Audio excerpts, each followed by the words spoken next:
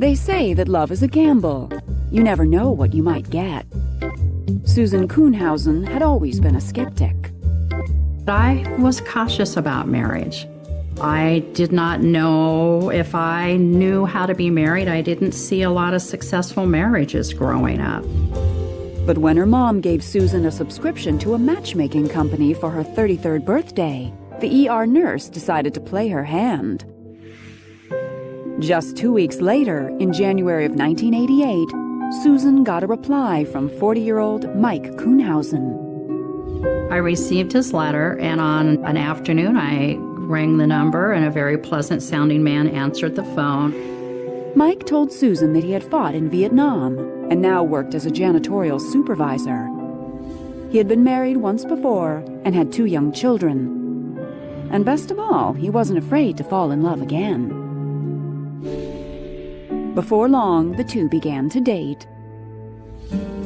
Although Mike was more of a homebody, he didn't seem to mind Susan's extroverted ways. He wasn't a big, let's go to have dinner at a restaurant kind of guy, so we did a lot of simple things. But I had plenty of opportunity to continue to hang out with friends, go places, do things, travel, and he seemed to be fine with that. He was nice to my sister, and he had a good job, he seemed to have a good work ethic, all that sort of thing. In May of 1988, the couple moved in together, and the relationship took off from there. That December, Mike and Susan tied the knot in front of their families in an intimate ceremony in Reno, Nevada. We picked Reno, Nevada because what bigger gamble in life is there than marriage? I was very proud that I was brave enough to get married. I was very proud that my spouse was brave enough to marry a second time. So I felt very optimistic about our life together. Back in Portland, the newlyweds quickly settled into married life, and Susan felt like her gamble had paid off. She loved Mike's kids like they were her own, and her family felt complete. But one night, Mike said something strange. Mike told me marriage changes people, and he asked me one evening, so who do you think is going to change more, you or me? For Susan, it seemed that married life had changed them both for the better. But 18 years later, she would realize just how wrong she had been. On September 6, 2006, Susan came home to find a disturbing note from Mike. Basically, it said that he was stressed, that he couldn't deal with all the issues anymore, that he was going to go to the beach. Over the last few years, their marriage had taken a bad turn. But what bothered Susan was something else entirely.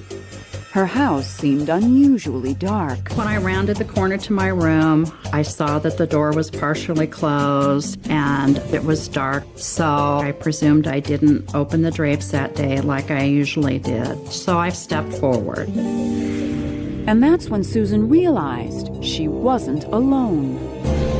From behind the door stepped a man wearing yellow gloves who had a hammer in his hand, and he began to hit me in the face and in the head with the hammer.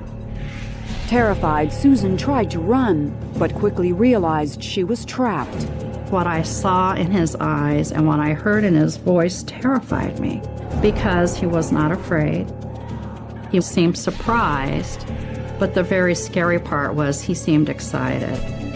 The assailant lifted his hammer to swing again, but Susan wasn't going down without a fight. I said, "You are not going to kill me in my own home." That's terrifying. It's something you don't recover from. He was there to kill me, and I was going to do my best to survive.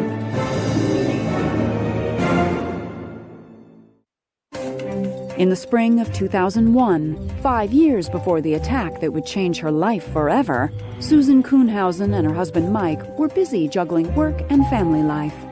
He had the children every other weekend. We seemed to get along great. We did a lot of things with his parents, and we continued to work our various shifts. For 13 years, their marriage had been a happy one, but over time, that began to change. I noticed that he was concerned about the amount of money that I spent when I would go out with friends. having dinner with others, going to movies, those type of things.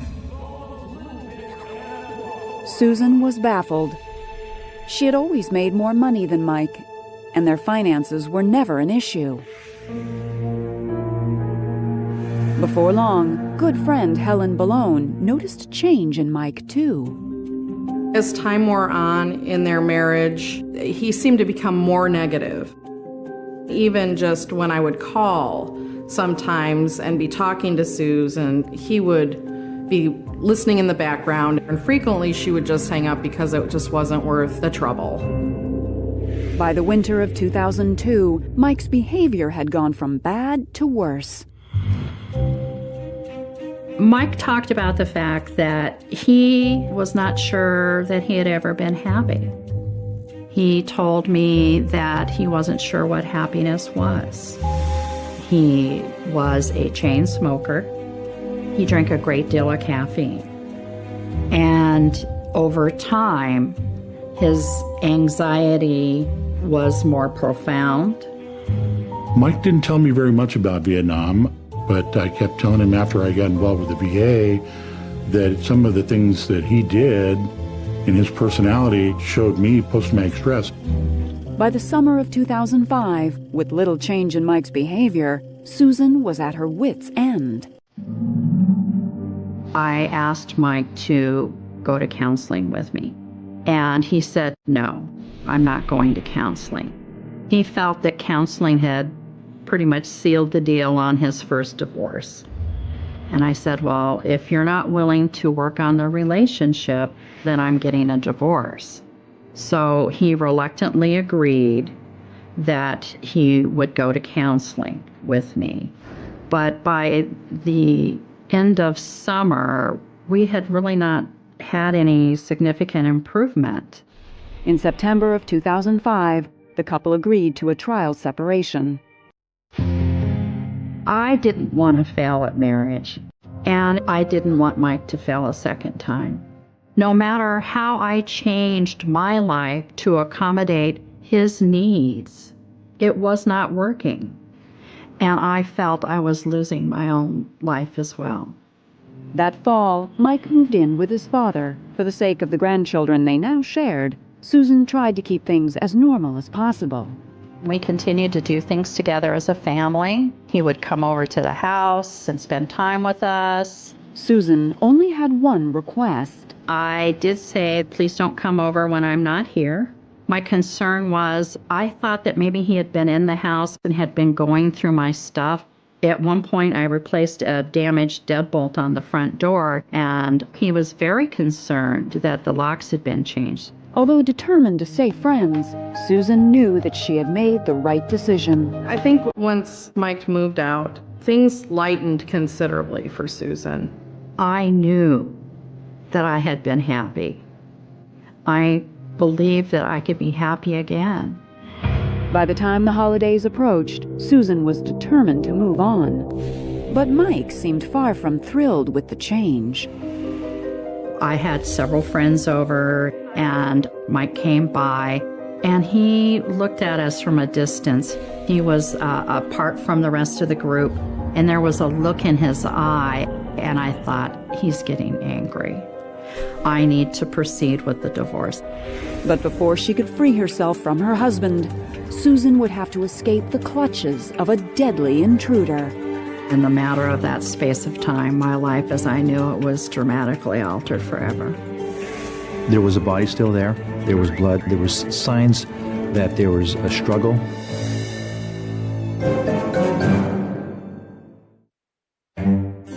By January of 2006, Susan Kuhnhausen knew her 18-year marriage to Mike was nearly over.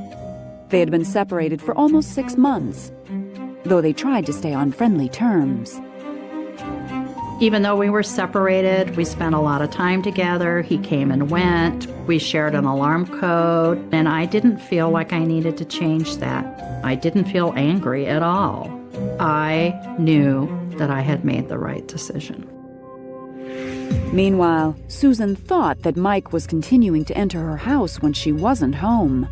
I thought that he was probably trying to find information about what was going on in my life since the separation. Susan was taking no chances. By late summer of 2006, she had separated their bank accounts and moved forward with the divorce. But nothing would be easy with Mike. Weeks later, on September 6, 2006, Susan was about to leave town for a nursing convention when she made one last phone call to Mike. I called Mike that afternoon at about 3 o'clock just to check in with him, and he seemed surprised to hear me, like really kind of almost agitated. And he said, well, I just can't take it anymore. I'm going to the beach. And then he said, well, I left you a note at the house. Around 6:30 that evening, she arrived home, disarmed the alarm, and found Mike's note. Basically, it said that he was stressed, that he couldn't deal with all the issues anymore, that he was going to go to the beach. Just as Susan put down the note and walked away, she found herself under attack by a strange man.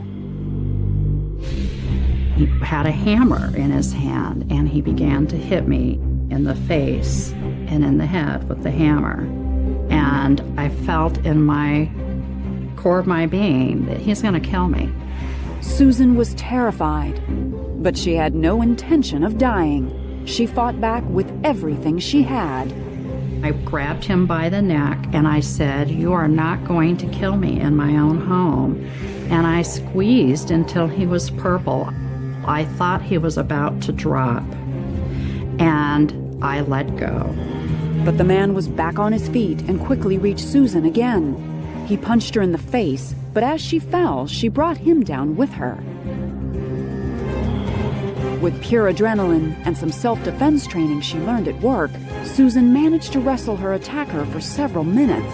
I knew that he was not going to give up the weapon, and then it came to me, and I became the weapon. I leaned forward and I placed my left arm under his neck and I began to squeeze. And I asked him, who sent you here? Tell me who sent you here and I will call you a ambulance. But when I let up to give him an opportunity to say, okay, don't hurt me anymore, he was trying to flip me up. And I knew with certainty that if he got up, I would be dead. And I leaned forward until he stopped struggling. Her attacker was suddenly silent, so Susan grabbed the hammer and ran. Susan had a hunch who was behind the attack, and she feared her ordeal was far from over. I got to my neighbor's porch and I said, open the door, call the police. I've been attacked and I think I've killed a man. Moments later, Susan called 911 and was soon transported to the same hospital where she worked.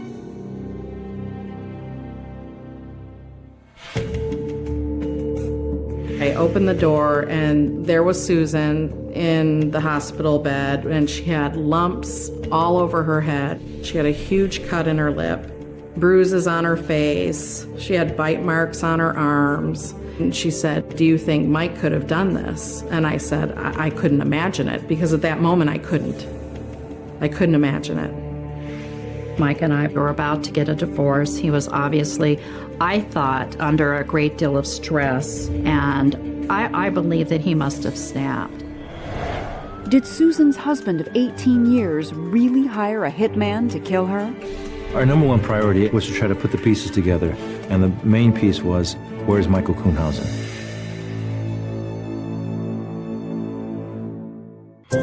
On September 6, 2006, Susan Kuhnhausen had narrowly survived a savage attack in her own home. She suspected her husband Mike might be involved, but police had yet to locate him. I was afraid to go to sleep. I was afraid that I would never sleep again. Back at Susan's house, detectives confirmed that the intruder was dead. I thought he might be, but I wasn't sure. And I hoped that he wasn't. I hoped he was unconscious. I did not know. I didn't know. She's used to helping people. She's not used to something like this. And so this is completely opposite of what her whole purpose in life is.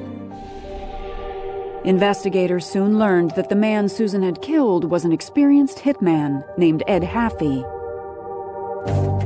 When we started doing some of the research on Ed Haffey, we found that he had spent some time in jail. So we knew that there was a criminal past that started well before this incident itself. But Ed Haffey wasn't the only thing that was found in Susan's house. The next day, while helping to clean up, Susan's friend Helen found an odd backpack in the basement. I walked over to it, and the top was open, and inside of it was a notebook that had Mike's cell number in it. And I knew right away that this wasn't something I wanted to touch. Believing it could belong to the intruder, Helen gave the backpack to the police, and inside there was a note with 2 words on it: "Call Mike." The evidence against Susan's husband was mounting, but he was still nowhere to be found. He never called the police to say, "Hey, that's my wife that was almost killed. What can you tell me?" He never came to our neighborhood to check in with the neighbors about what they might know. He didn't call anyone. When police questioned Mike about the day of the attack, he admitted that he had been to the house to leave a note for Susan. He also revealed that he knew Ed Haffey. When he made that comment about knowing the guy, it was almost like the smoking gun to us. For him to make that comment and actually make the connection, that was a huge slip-up on his part. Officers arrested Mike on the spot, and bail was set at $1 million. We know that Michael Kuhnhausen had access to the residence. He had been there earlier in the day. We believe that it was at that time that he let Ed Haffey into the residence. We think that the motive was money, and Susan took care of the family. He was now losing his lifeline, and he needed something to keep him afloat. With her husband in jail, Susan moved forward with the divorce and back into her home. It was often difficult. I often would make it to the hallway where I would begin to freeze, but there was no longer any evil in my home, and I wanted to stay. Over the next year, while investigators built a solid case against him, Mike denied any involvement in Susan's attack. Finally, on September 7, 2007, he folded, pleading guilty to solicitation to commit murder. He was sentenced to 10 years in prison. When I decided I no longer wanted to live and share his unhappiness, he decided I deserved to be dead. The man who said he loved me wanted me dead. When I made my victim impact speech, I said to him at one point, at least, if I believed that you deserved to die, I would have had the balls to kill you myself. Susan had gambled on love and lost. He had the possibility of 2 years off for good behavior, but I began serving a life sentence because I've killed a man, and I don't get time off for good behavior.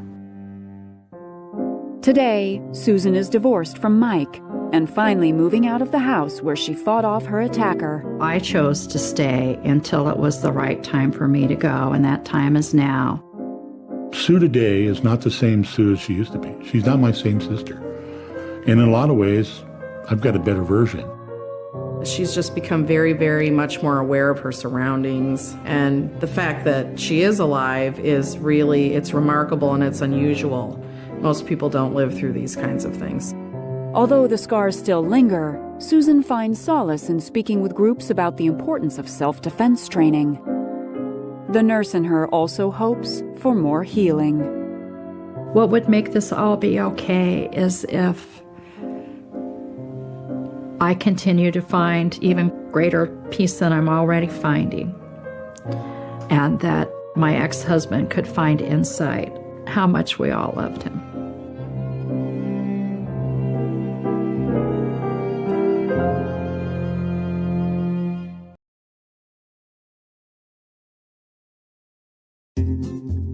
Pat Wickland has always been an ambitious woman who didn't let much stand in her way. So in the fall of 1967, when she decided to pursue a master's degree in psychology, Pat left California for a well-regarded university in Chicago. I had been teaching school for a while and realized I wasn't happy with that. I was ready for a major change and a major commitment. What she wasn't ready for was meeting the man of her dreams. My freshman roommate from college was there, and she says, I've got the greatest guy. You've got to meet this guy. He's perfect for you. Pat's friend introduced her to Dean Mitchell, a 25-year-old Ivy League graduate getting his PhD in child psychology. He was one of the top people in his graduating class, and he was smart. I was tired of these guys that I had dated that were just kind of like, well, you want to go get another beer? I wanted somebody I could talk with. Dean was ambitious, too, with a lifelong dream of developing a treatment center for troubled teens. And I thought, there's a guy that likes kids. I came from a big family. I wanted a big family. So this was the kind of man I thought for me.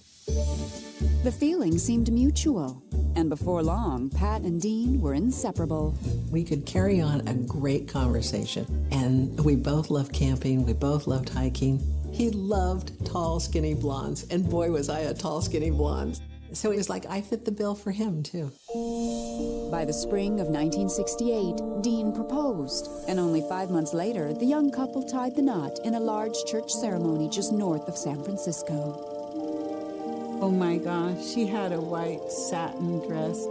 She was the beautiful bride, and he was handsome and kind of dignified. We were just so thrilled. I had the feeling that it was the right man, the right place, the right time in my life, and that felt really, really good.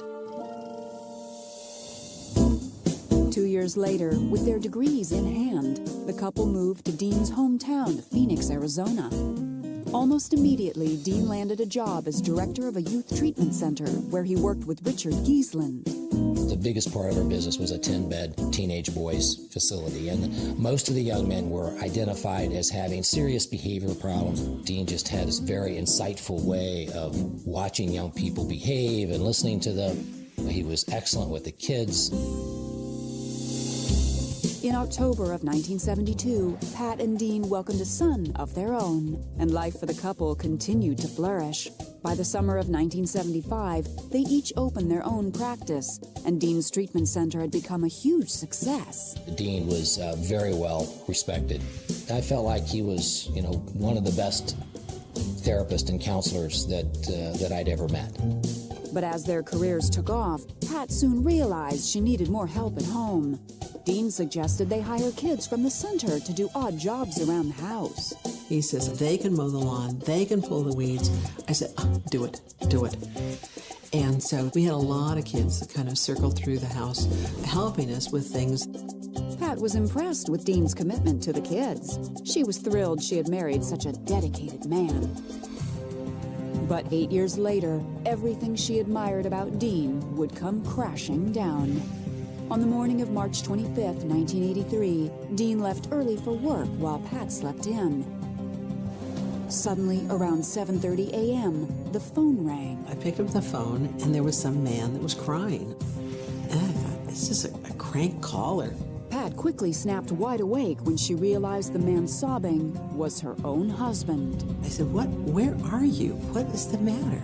And he says, well, I'm in jail. I said, what are you doing in jail? He says, well, I've been arrested.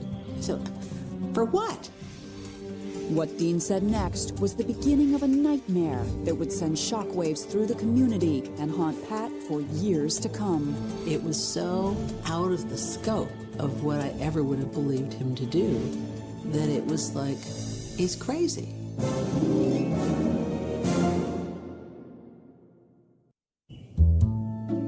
In the spring of 1975, 8 years before the phone call that would destroy their good life together, Pat and Dean Mitchell were busy parents with thriving careers.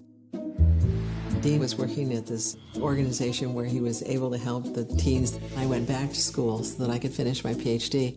Things were going just great. They were happy in their marriage. They were happy in where they were living. Pat and Dean seemed set. But in the spring of 1975, one of Dean's patients, a 14-year-old boy named Travis, was facing a crisis. He was one of the kids that was up helping us in the yard. I started to understand just from talking with him that he was in a foster home and it was going to be impossible for him to stay there much longer. So Dean and I talked about, well, maybe we could be foster parents. But we started that process with the idea that we could take him into our home. That spring, Travis moved in, but within a few months, his behavior had started to change. There were things that started not feeling right. Travis would get angry and pouty and go in and shut the door to his bedroom. He would not be as cordial as he had been with our son. Then one day, the situation suddenly took a dangerous turn. I came into his bedroom and he was sitting in the middle of the bed, obviously hallucinating. He had a cigarette in his hand, but he also had set the bed on fire. There was smoke on the bed and he's in this, glassy-eyed stare. It was terrifying. Pat quickly put out the fire and ran to the phone. She had no choice but to protect her family. He was a danger to himself as well as to other people. And I went and called a social worker and said, he needs to be in the hospital right now. And he was hospitalized later that afternoon.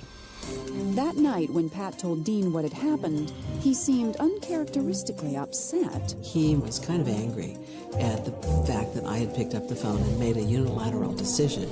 But I was absolutely firm that this child was far too sick for us to have him as a foster child. Life at home soon returned to normal. And over the next 5 years, Pat earned her PhD and found herself busier and more successful than ever. Meanwhile, it seemed that Dean's ambition was waning. He was still doing the work with kids that he really, really enjoyed, but it's like things weren't working right. There seemed to be a black cloud over his head. By the summer of 1981, the situation had not improved. Pat was sure Dean was in more than just a funk. Dean seemed to be a lot more distant. He stopped grooming himself. His beard he looked like a wild man. He'd go to work and his pants were dirty, and it was like, what is the matter with this guy? But when Pat tried to talk to Dean, she was quickly shut down. So it was like minimizing or just disregarding that there was any kind of an issue at all. I couldn't figure out what was going on. Then one afternoon in the fall of 1982, while Pat was working at her office, she received a most unsettling visit. I heard this ruckus that was out in the waiting room. So I went out to see what was going on. And here was this woman, and she's yelling and screaming, "Are you Pat?" I had no idea who she was. I said, "Come back to my office and we can talk privately there." But the woman wouldn't stop. Then suddenly she launched into the most bizarre story about Dean. She was just screaming and yelling and so out of control. And she says, "Your husband ruined my husband." And she was horrified at what my husband had done. Dean was a master at hiding what he was doing.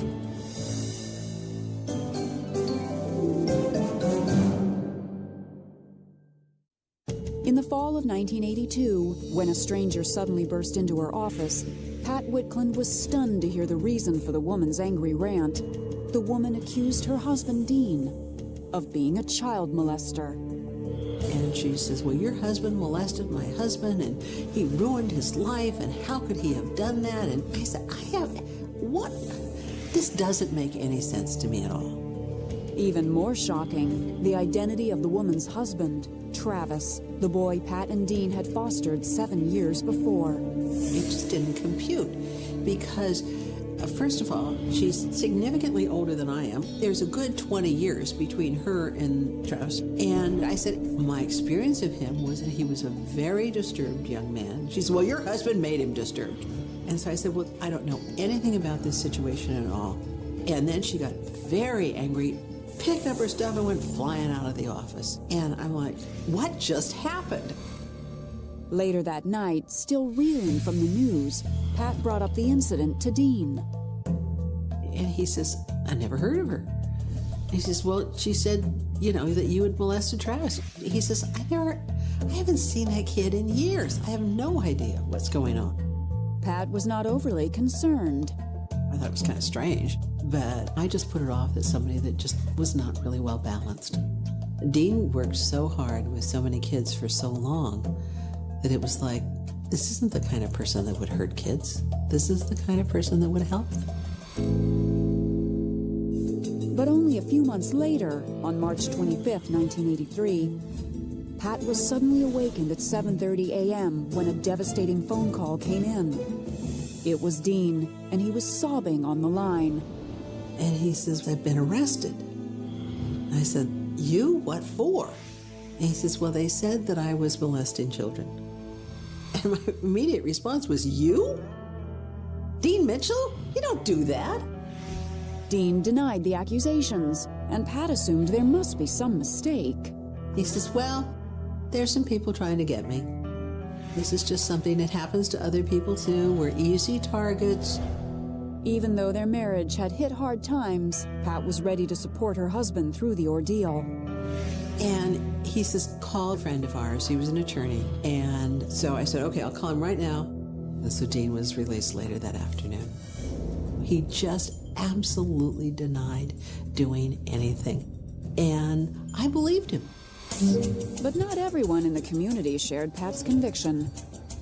Dean was immediately fired from his job. When we called the center to let them know what was going on, where we knew he was working, they were as shocked as we were. Eventually, Pat would learn the troubling details behind Dean's arrest. It turned out that his longtime colleague, Richard Giesland, had helped turn him in. We had a young man in our program who came to myself and my clinical director. I said that he had been meeting Dean, engaging in sexual activity with him. We were shocked. We really never thought Dean would ever do anything to kids. That afternoon, we called the police and called Child Protective Services and started the process going. Once I was put in touch with the boy, he told me about several incidents in which he was sexually abused by Dean Mitchell. It was a very raw, very painful interview for this boy to go through. I absolutely believed him. When police conducted interviews at the group homes where Dean had worked, a second boy came forward. One of the boys corroborated the story of Dean's behavior of sexual activity with boys and that Dean had done some of that with this boy. I felt at the time that I needed to make the arrest to put a stop to Dean working with boys. But Sergeant Porter knew she didn't have enough for a conviction. As police continued to build their case, the news of Dean's arrest quickly spread through town. Before long, Pat's consulting work began to dry up. When he lost his job, it was like people weren't coming to me too much anymore either. It was like, stay away from them. So our income just plummeted at that time. I didn't know anything that was going on. I know there were times where Pat just sat in the middle of her bed and cried and cried. With Dean out of work, the couple was soon forced to file for bankruptcy. Over the next few months, while Pat did her best to carry on, Dean continued his downward spiral. Even though Pat still believed in his innocence, by summertime, she had had enough. I told Dean that I wanted a divorce. And he was hurt and angry and furious. And he says, you've got to change your mind. And I said, I'm not going to change my mind. And it was a tough, tough thing to do. In June 1983, after 15 years of marriage, Pat moved out of their home, legally separating from the husband she'd once loved so dearly. It's like there's death there, and you don't want to think about that death of your dream. 1 year later, in the spring of 1984, Pat and Dean were still separated. Pat was beginning her new life when an old friend, Karen, called. The last time I talked to her was when he had been arrested. And she says, let's have lunch. There was some reluctance on her part, and it was like, that's really weird. So I drove across town, and I said, what is the matter? Karen had something to share, a terrible secret she'd been keeping from Pat for years. Dean didn't allow people to see this other side of him, this dark secret that he had. That twit had been lying to me all that time. you have a story of marriage gone wrong and would like to appear on this series, go to investigation.discovery.com. In the spring of 1984, Pat listened carefully as her old friend Karen finally revealed a dark secret she'd been keeping for years. She asked me 24 times, "Are you sure you're getting a divorce?" And every time I said, "Yes, I am," she says, "Well, if that's really the case, then I need to tell you something." And she went on to tell me that her son had told her that Dean had molested him. Karen cried as she explained what had happened to her son almost 2 years before. She said, listening to him describe his experience of Dean's back rub, it was very obvious that it was a molestation incident. And then he went on to say that that had happened a couple of times. I think this was the hardest thing for me. Karen and I had been such good friends, and it was like, how could you do that to a child like that? And I was so hurt and so angry. Pat could no longer deny the truth about her husband. And I said to my attorney, I said, I want full custody of my son. I don't trust this man at all.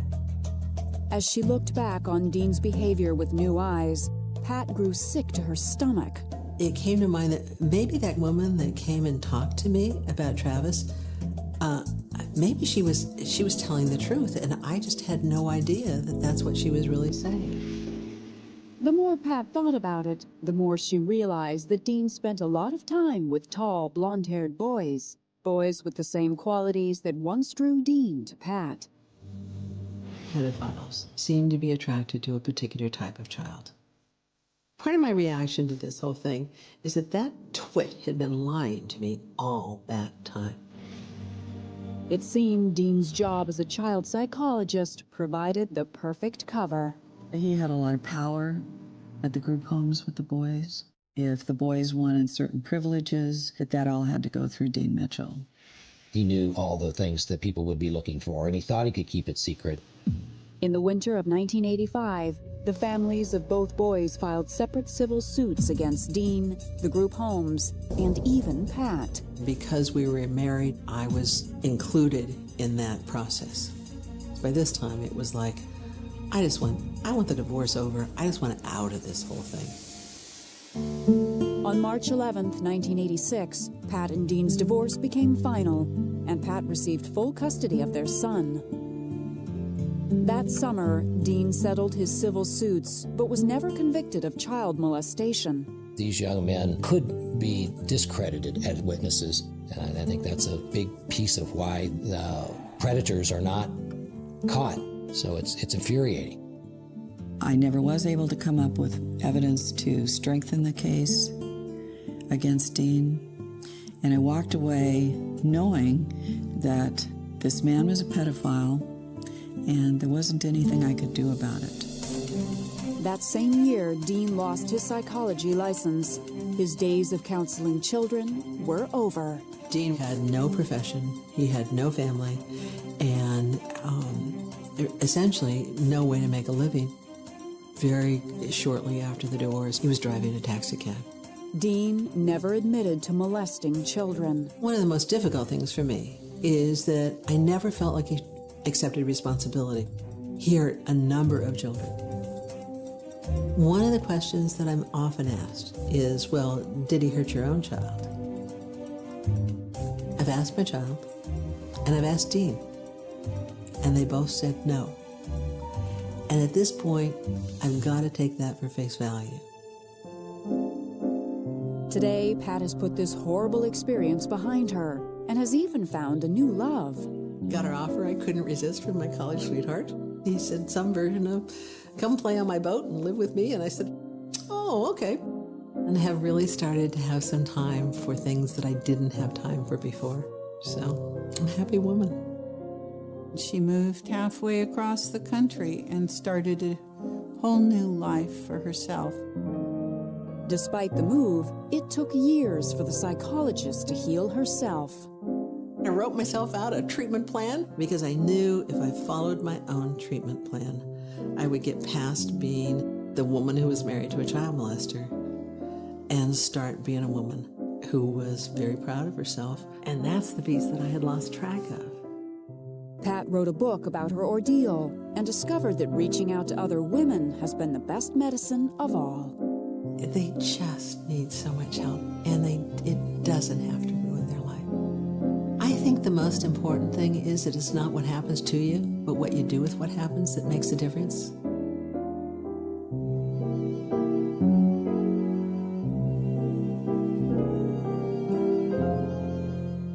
The concept of the home is universally understood as a sanctuary, a secure perimeter drawn against the unpredictable dangers of the outside world. It is the place where individuals retreat to find solace, to rest, and to trust completely in the environment and the people who share that intimate space. We lock our doors at night not to trap ourselves inside, but to keep malevolence out, operating under the fundamental assumption that the person sleeping beside us is an ally in the navigation of life. However, the most chilling narratives in the annals of true crime are those that dismantle this foundational sense of security. They force us to confront a terrifying anomaly where the locked door does not keep the monster outside, but rather seals the victim inside with one. The quiet, idyllic settings of rural retirement communities often provide the most jarring backdrops for such betrayals. Cedar Creek Lake in Henderson County, Texas, is one such place. Known for its tranquil waters, fishing spots, and modest mobile homes, it was meant to be a final, peaceful haven for retirees seeking rest after a lifetime of labor. Instead, the soil of this quiet community became the silent custodian of a dark, meticulously orchestrated series of horrors, harboring secrets so profound that they would eventually shatter the tranquility of the region and captivate the attention of the entire American justice system. At the center of this profound betrayal stands a figure who would go on to be etched into the darkest chapters of Texas judicial history. Betty Lou Beets, a woman whose name would eventually become synonymous with the chilling archetype of the Black Widow, orchestrated a campaign of deceit and violence that tested the limits of human empathy and legal scrutiny. Born in 1937, her life spanned a period of significant social change, yet her personal trajectory was marked by a relentless, turbulent cycle of instability and domestic chaos. The sheer volume of her marital history is, in itself, a testament to a life lived in constant, restless friction. Across 5 different marriages, Betty Lou Beets did not simply experience the common difficulties of incompatible partnerships. She actively transformed the institution of marriage into a theater of manipulation, control, and ultimately, fatal violence. Her approach to the dissolution of relationships was not characterized by legal separation or civil disagreement, but by a cold, calculating utilization of lethal force masked by elaborate webs of deception. She weaponized her role as a wife, turning the expectation of domestic partnership into a lethal trap for the men who mistakenly believed they had found companionship in her. To truly understand the gravity of the crimes that would later unfold beneath the concrete planters and storage sheds of Cedar Creek Lake, it is absolutely essential to examine the precursor to her ultimate acts of murder. The escalation of Betty Lou Beets from a turbulent partner to a calculated killer was not an overnight transformation, nor was it an unpredictable explosion of sudden malice. There was a distinct, glaring warning sign that the judicial system tragically failed to interpret with the necessary severity. Before her fateful marriage to a retired Dallas firefighter, Betty was married to another man, Robert Branson. The dynamic of this marriage culminated in a shocking act of violence that should have served as a definitive intervention point. Betty used a firearm to shoot Branson, inflicting injuries that brought her actions under the direct scrutiny of law enforcement and the courts. In a rational system of justice, an act of gun violence against a spouse would typically result in severe penal consequences, effectively removing the perpetrator from society and neutralizing the threat they pose to future partners. However, the outcome of this violent episode reveals a terrifying vulnerability in the application of the law, a blind spot that Betty expertly exploited to her advantage. When confronted with the consequences of shooting Robert Branson, Betty Lou Beets did not face the full weight of a severe criminal conviction. Instead, she navigated the legal peril by weaving a narrative of self-defense, framing the shooting as a desperate act of survival amidst intense domestic conflict. The intricacies of family violence and the challenges of determining the absolute truth behind closed doors often create muddy waters in legal proceedings. By leveraging the defense of self-preservation, she managed to convince the authorities that her resort to a firearm was a justified response to an immediate threat within the household. She successfully walked away from the incident without facing the severe punitive measures that would have halted her trajectory. She escaped the heavy hand of the law, a crucial juncture that profoundly altered the psychological landscape of her future interactions. This pivotal moment of evading serious consequences did not serve as a sobering wake-up call or a deterrent. Tragically, it functioned as the exact opposite. It was a dark validation. Escaping strict punishment for shooting Robert Branson inadvertently provided Betty Lou Beets with a terrifying education. It taught her that the authorities could be managed, that the narrative of a vulnerable woman in a volatile marriage could be weaponized to shield her from accountability, and most importantly, that extreme violence was a viable, survivable method for resolving marital disputes. The legal system, in its attempt to parse the complex dynamics of her claim of self-defense, unknowingly handed her a blueprint for impunity. This early encounter with the law set a dangerous precedent, embedding a deep-seated recklessness within her psyche. It emboldened her, stripping away the natural fear of consequence that typically inhibits individuals from committing the ultimate transgression against another human being. When she walked free from the Branson shooting, she took with her the dangerous realization that she possessed the cunning to manipulate the truth and the systemic mechanisms designed to uncover it. This realization laid the psychological groundwork for the horrors that were to follow in her subsequent marriages. The impulsive violence of the past was about to evolve into a cold, calculated strategy for personal and financial gain. The transformation was absolute. The woman who had previously relied on the defense of a chaotic domestic dispute to excuse a shooting began to realize that true security from prosecution lay not in a clever legal defense, but in the complete and utter absence of a witness. She learned that a wounded husband could still speak, testify, and contradict her narrative, but a missing husband could be entirely silenced, leaving her as the sole author of their shared history. This chilling evolution in her methodology would spell the doom of the men who would later enter her life, specifically her fourth husband, Doyle Wayne Barker, and her fifth, Jimmy Don Beets. The tranquil environment of her mobile home property at Cedar Creek Lake was destined to become the staging ground for a macabre routine of murder, burial, and performative grief. The yard, a space typically reserved for leisure, gardening, and family gatherings, would be methodically repurposed into a hidden graveyard, its soil concealing the grim reality of her marital solutions. The tragedy of Betty Lou Beets is magnified by the profound betrayal of the victim's trust and the devastating psychological manipulation inflicted upon her own blood. The facade she maintained was one of a grieving, concerned wife, a performance designed to elicit sympathy from her community and redirect the investigative focus of law enforcement. When her husbands vanished, she was the first to offer plausible, though entirely fabricated, explanations. A sudden abandonment, a lover's quarrel resulting in a hasty departure, or a tragic boating accident. Each lie was carefully constructed to fit the environment and the supposed habits of the men she had just eradicated.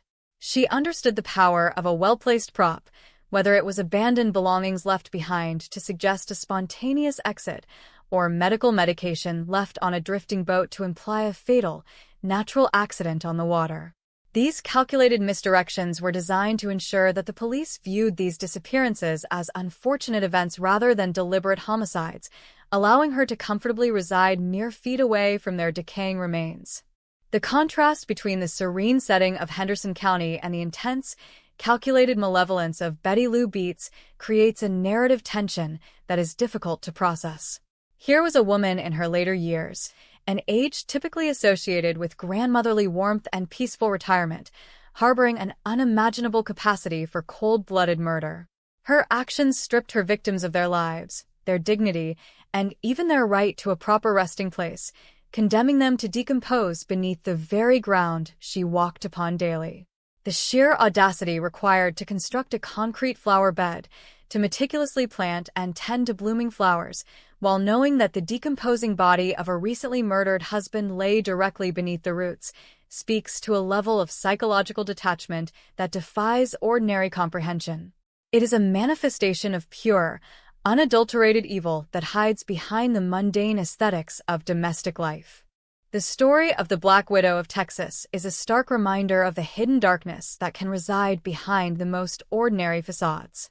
It forces an examination of the systemic failures that allow violent tendencies to fester and escalate when early warning signs are dismissed or outmaneuvered by deceptive narratives. From the turbulent early decades of her life to the crucial, mishandled shooting of Robert Branson, the path leading to the burial sites at Cedar Creek Lake was paved with missed opportunities for intervention. As the layers of her deception would eventually be pulled back, revealing the horrifying truth to the investigators of Henderson County, the full scope of her manipulation would come to light, exposing not only the murders themselves but the devastating emotional toll extracted from her own children, whom she coerced into becoming accessories to her monstrous secrets. The ultimate resolution of this case, culminating in her execution by lethal injection in the year 2000, marked the end of a long, dark saga that fundamentally altered the perception of domestic violence and female criminality in the state of Texas, leaving behind a legacy of profound sorrow and a chilling testament to the lethal potential of an emboldened predator hiding in plain sight. It is a profound tragedy that within the sprawling narratives of true crime, the identities of the victims are frequently overshadowed by the monstrous personas of those who ended their lives. To fully comprehend the devastation wrought by the Black Widow of Texas, we must look closely at the men whose trusting natures led them to an unmarked grave. The fourth man to bind his life to hers was Doyle Wayne Barker. Unlike the spouses who had previously navigated the turbulent waters of her affections and survived, Barker was destined to become the foundational victim of her lethal methodology. He was a man who, by all accounts, sought the simple comforts of human companionship. He entered into this union hoping for stability, believing the tranquil environment of a rural Texas property would offer a respite from the hardships of daily life. Instead, he unknowingly walked into a carefully disguised trap. His existence was characterized by the ordinary rhythms of a working man, a life that lacked the dramatic flair that would later characterize his violent demise. He was simply a husband completely oblivious to the calculating darkness taking root in the mind of the woman sleeping beside him. The tragedy of Doyle Wayne Barker is amplified by his vulnerability. He trusted the domestic space, and that trust was repaid with a calculated execution designed to erase him from the world without leaving a single trace behind. The atmosphere within their shared mobile home began to curdle in the months leading up to October of 1981, transforming into a theater of impending doom. The mechanics of their relationship eroded, completely replaced by a toxic undercurrent managed with chilling pragmatism. For her, the concept of marriage was no longer a bond to be mended. It had become a physical obstacle to be violently removed. When the breaking point finally arrived, there was no formal separation, no division of assets negotiated through attorneys, and no heated departure witnessed by concerned neighbors. There was only a sudden echoing void where Doyle Wayne Barker once stood. One day he was a tangible presence in the community, and the very next he simply vanished. The sheer suddenness of his absence was the first glaring indicator of the sinister reality unfolding behind the locked doors of their residence, though it would take years for the outside world to recognize it. Barker's disappearance was devoid of the typical signs of a man spontaneously abandoning his life. His personal belongings, his clothes, the fundamental items a person would need to start a new life, remained untouched in the home, sitting in silent testimony to his involuntary departure. Faced with the sudden glaring absence of her husband, the orchestrator of his demise swiftly deployed a narrative designed to exploit common prejudices and shut down probing questions from inquisitive family members. She painted a vivid picture of a dramatic marital exit, claiming she and Barker had engaged in a massive relationship-ending argument that shattered their domestic peace. According to her fiction, Barker had angrily stormed out of the house, abandoning his life, with her to run away with an unnamed woman. This story, while damaging to Barker's reputation, was brilliantly effective in its simplicity. It provided a plausible, albeit painful, explanation for his sudden disappearance, an explanation that naturally discouraged further investigation. People in close-knit communities are often deeply reluctant to pry into the personal details of marital infidelity and sudden abandonment. By casting herself in the role of the wronged and abandoned wife, she elicited a powerful wave of sympathy rather than a shred of suspicion. She relied heavily on the inherent societal tendency to accept domestic drama at face value, knowing that very few individuals would demand concrete proof of a husband running off with a secret lover. She answered inquiries with the weary resignation of a betrayed spouse, successfully masking the cold-blooded reality of her actions beneath an impenetrable veneer of wounded pride. The blood-chilling truth concealed beneath heavy layers of dark soil and masterful deceit was that Doyle Wayne Barker never took a single step off that property. The fabricated argument did not end with him packing a bag and walking out the front door. It ended abruptly and violently with the roar of a firearm discharged at close range. He was methodically shot multiple times, ensuring his complete incapacitation and death within the very walls meant to represent safety from the outside world. The brutal execution, however, was merely the first phase of an incredibly grim operation. Disposing of an adult human body requires significant physical effort and a level of emotional callousness that defies ordinary human understanding. To accomplish this monumental task, the perpetrator engaged in an act of psychological manipulation so profoundly evil that it rivals the murder itself. She actively enlisted the physical assistance of her own son. Coercing a child into the role of an accessory to a violent murder shatters the most sacred tenets of maternal protection. Together, under the cover of darkness, they dragged Barker's lifeless form out into the quiet backyard. A shallow grave was hastily dug, and the body of the fourth husband was unceremoniously dumped into the earth. To ensure the grave remained permanently undisturbed, a small storage shed was subsequently constructed directly over the burial site. Every time she looked out her window at that shed, she was gazing directly at a monument to her own lethal cunning. With her previous husband literally buried in the past, the newly minted widow did not retreat into a period of mourning. Instead, she immediately began preparing her intricate net for the next victim. In 1982, she officially married her fifth husband, Jimmy Don Beats. Jimmy Don was an entirely different caliber of man, a distinguished figure who commanded genuine respect within his community. He was a retired firefighter who had proudly served the city of Dallas, dedicating his professional life to the arduous, dangerous task of rushing into perilous situations to save the lives of strangers. After decades of confronting blazing infernos and surviving the intense emotional toll of his career, Jimmy Don had rightfully earned a peaceful retirement. He sought out the calming environment of Cedar Creek Lake, looking forward to long, uninterrupted days spent fishing and relaxing under the Texas sun. He was a good man with a steady government pension, a substantial life insurance policy, and a simple, honest desire for warm companionship in his twilight years. Jimmy Don entered this new marriage with an open heart, genuinely viewing his new bride as a loving partner with whom he could share his hard-earned peace.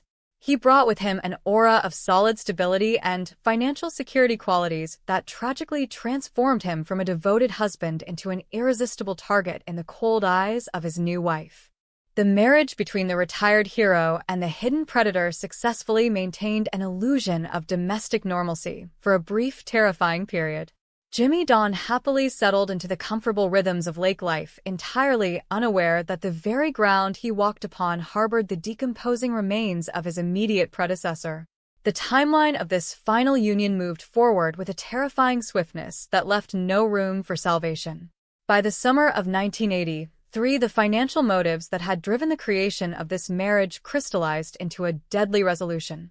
The steady pension and the lucrative life insurance policies attached to Jimmy Don's life represented a substantial payout, a vast sum of money that the orchestrator decided was simply worth far more than the continued existence of the honorable man who had actually earned it. The natural environment of Cedar Creek Lake, the very place Jimmy Don had chosen for its unmatched tranquility, provided the perfect isolated stage for his premeditated demise. The vast expanse of the lake, with its unpredictable undercurrents and hidden depths, offered a naturally plausible explanation for a sudden tragic loss of life. There would be no need to invent another fictitious lover for this husband. She only needed the dark waters of the lake to silently claim him. On the 6th of August 1983, the peaceful community surrounding Cedar Creek Lake was mobilized by the frantic cries of a terrified wife. She urgently reported to local authorities that her husband, the beloved retired Dallas firefighter Jimmy Don Beats, had mysteriously vanished without a trace during a routine solitary nighttime fishing excursion. Her public performance was a masterclass in calculated hysteria. She wept uncontrollably, desperately pleaded with neighbors for help, and specifically directed the bewildered authorities straight to the dark waters of the lake, leaning heavily on the fabricated narrative of a tragic accidental drowning. When local law enforcement rapidly initiated their search and rescue protocols, they quickly located Jimmy Don's small fishing boat drifting aimlessly on the surface of the water. The scene discovered on the vessel was meticulously arranged to flawlessly corroborate the desperate sobbing story she had provided. The boat was found with a visibly damaged or heavily, suggesting a desperate struggle against the harsh elements or a sudden mechanical failure. Even more damningly, Jimmy Don's vital heart medication had been purposefully left behind on the wooden deck, painting a vivid picture of an elderly man who had perhaps suffered a medical emergency, lost his balance, and slipped helplessly into the unforgiving waters below. Every single element of the scene, from the broken wood to the scattered pills, was a deliberate, calculated prop strategically placed to definitively lead investigators toward a fast conclusion of accidental death, thereby unlocking the golden path to his vast financial assets while permanently burying the truth beneath the silent waves.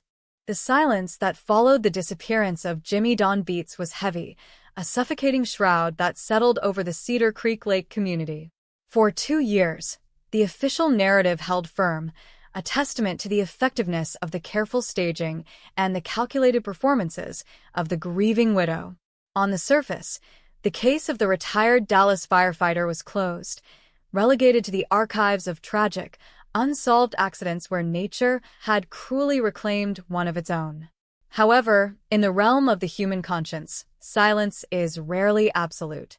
Beneath the fabricated reality, the weight of the secrets began to erode the psychological infrastructure of those who were forced to carry them. Betty Lou Beats had not only committed the ultimate act of betrayal against her partners, but she had also ensnared her own children in a web of complicity, forcing them to become the silent custodians of her monstrous history.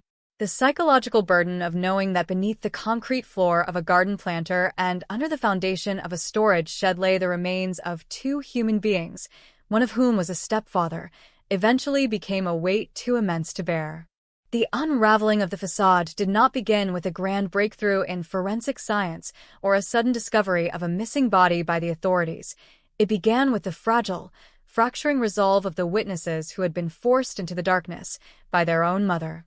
Shirley Stegner, the daughter of Betty, and Robert Branson, the son, had lived with the agonizing truth for years, their lives shadowed by the unspoken terror of what their mother had orchestrated.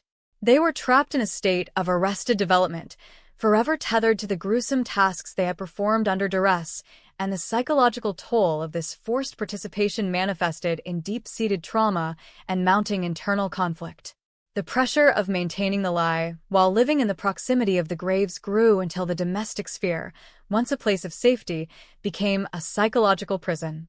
The internal cracks in the family began to widen, and the reality of the situation, hidden behind the everyday activities of gardening and maintaining the property, could no longer be sustained.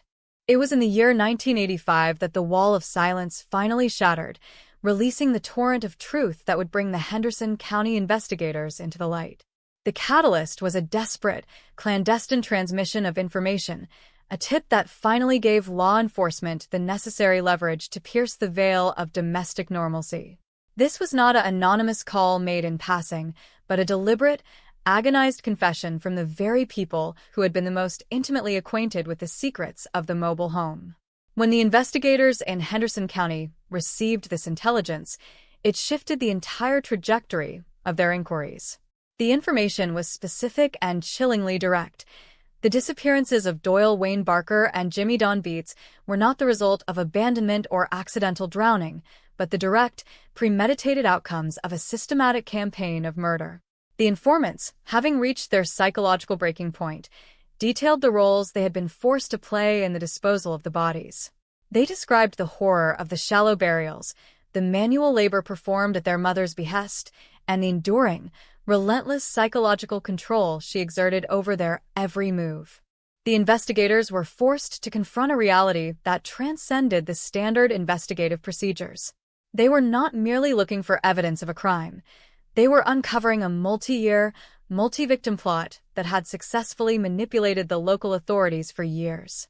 The realization that they had been outmaneuvered by a woman they believed was a victim of circumstance was a profound blow to the investigators' professional sensibilities.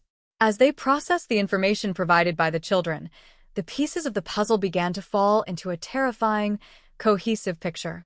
The damaged oar, the conveniently placed heart medication, the reported arguments, and the sudden departures, all of these elements, which had once seemed like independent facets of unfortunate accidents, were now clearly understood as elements of a singular, recurring script. The authorities recognized that the location of the bodies was the key to proving the homicides, and they mobilized with a sense of urgency that contrasted sharply with the complacency of the years prior. The planning for the search of the mobile home property was carried out with extreme caution. The investigators knew that the success of their operation depended on their ability to locate the burial sites without alerting the target of their inquiry. The psychological environment of the household was such that any hint of suspicion could lead to the destruction of evidence or further acts of desperation. When they finally moved to secure the area, the atmosphere was thick with the anticipation of what they would find. The property, with its modest appearance and its well-tended garden, stood in jarring opposition to the grim task at hand. The searchers arrived at the site with equipment and a grim determination, fully aware that they were about to disturb the final, unwanted resting places of two men who had been erased from existence. The process of searching was not merely a physical inspection of the premises, it was a methodical dismantling of the facade that had protected a killer for years. As the investigators moved through the property, they were confronted with the tangible evidence of a double life.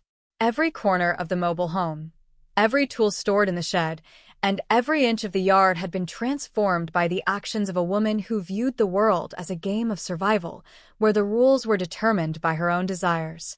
The significance of the concrete planter, which had been identified as a potential burial site, took on a visceral, horrifying meaning. It was not merely a decoration, it was a sarcophagus. As the heavy concrete was removed and the earth underneath began to be excavated, the reality of the investigation transitioned from the theoretical to the visceral. They were not looking for circumstantial evidence anymore. They were looking for the silent witnesses that had been hidden from the world. The act of digging into the ground at the Cedar Creek Lake property was an intrusion into a dark, secret narrative that had been carefully maintained for over 2 years.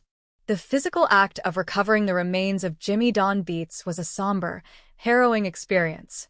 The investigators found the body encased in a sleeping bag, a final, cold insult to the man who had spent his life saving others. When the remains were unearthed, the examination of the scene and the subsequent forensic analysis of the bones confirmed the cause of death. 2 shots from a .38 caliber firearm had been fired into the back, a signature of execution rather than struggle. This single discovery fundamentally changed the nature of the case, transforming it from a missing persons file into a definitive double homicide investigation. The evidence was conclusive, and the precision with which the body had been placed and concealed pointed to a calculated, intentional act of murder. The investigators felt the gravity of their discovery, not only because of the injustice done to Jimmy Don Beats, but because of the confirmation of their deepest, most cynical suspicions about the nature of the person they were investigating.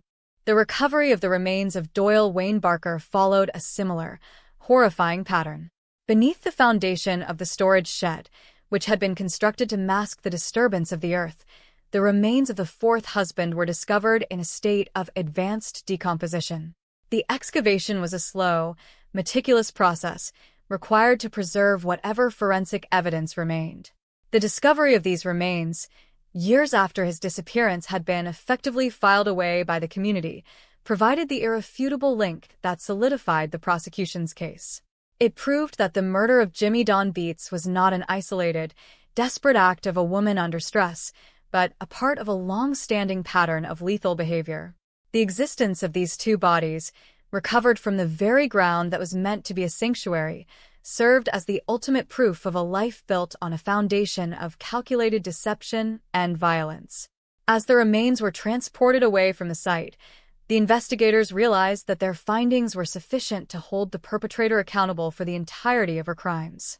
The era of the Black Widow of Texas had finally reached its necessary conclusion, with the truth being extracted from the depths of the earth, ensuring that the victims would finally be recognized and their stories would finally be told, not as missing persons, but as victims of a cold-blooded, calculated murderer. The finality of the recovery process served as a stark, irrevocable end to the years of uncertainty and manipulation, setting the stage for the judicial reckoning that would follow. The transition from the gruesome discovery at the Cedar Creek Lake property to the courtroom in Henderson County represented a seismic shift in the narrative of Betty Lou Beets. For years, she had operated within a private domain of terror, where her word was the only truth and her actions were shielded by a meticulously constructed performance of grief. Now, that private reality was forced into the public light, subjected to the rigorous, impartial scrutiny of the judicial system. The indictment that followed the discovery of the two bodies was not merely a reaction to the physical evidence, it was a comprehensive challenge to the entire history of a woman who had managed to evade the consequences of her actions for over a decade. The legal process was designed to dismantle the persona she had projected, the abused, vulnerable woman, and replace it with the cold, empirical reality of a calculated predator. This phase of the investigation and the subsequent legal proceedings demanded a level of preparation that went far beyond typical case files, as the prosecution had to bridge the gap between two separate homicides separated by years and link them to a single, coherent motive. The investigation in the lead-up to the trial was an exhaustive effort by law enforcement to ensure that every aspect of the crime scene was documented with absolute precision. The forensic experts worked alongside the investigators to correlate the physical evidence recovered from the burial sites with the timelines of the disappearances of Doyle Wayne Barker and Jimmy Don Beets. Every bone fragment, every projectile, and every piece of clothing found within the soil was subjected to rigorous analysis. The bullet wounds on the remains of Jimmy Don Beets were particularly significant, as the trajectory and the nature of the injuries provided a clear picture of an execution-style killing. The firearms experts were able to confirm the use of a .38 caliber weapon, which, when combined with the testimony of the children, created a path that led directly to the defendant. The investigation was not solely focused on the act of killing, but on the motive, the planning, and the financial exploitation that had characterized the latter part of her life. The financial records of the victims were seized and examined, revealing the methodical way in which she had moved to secure their assets immediately following their deaths.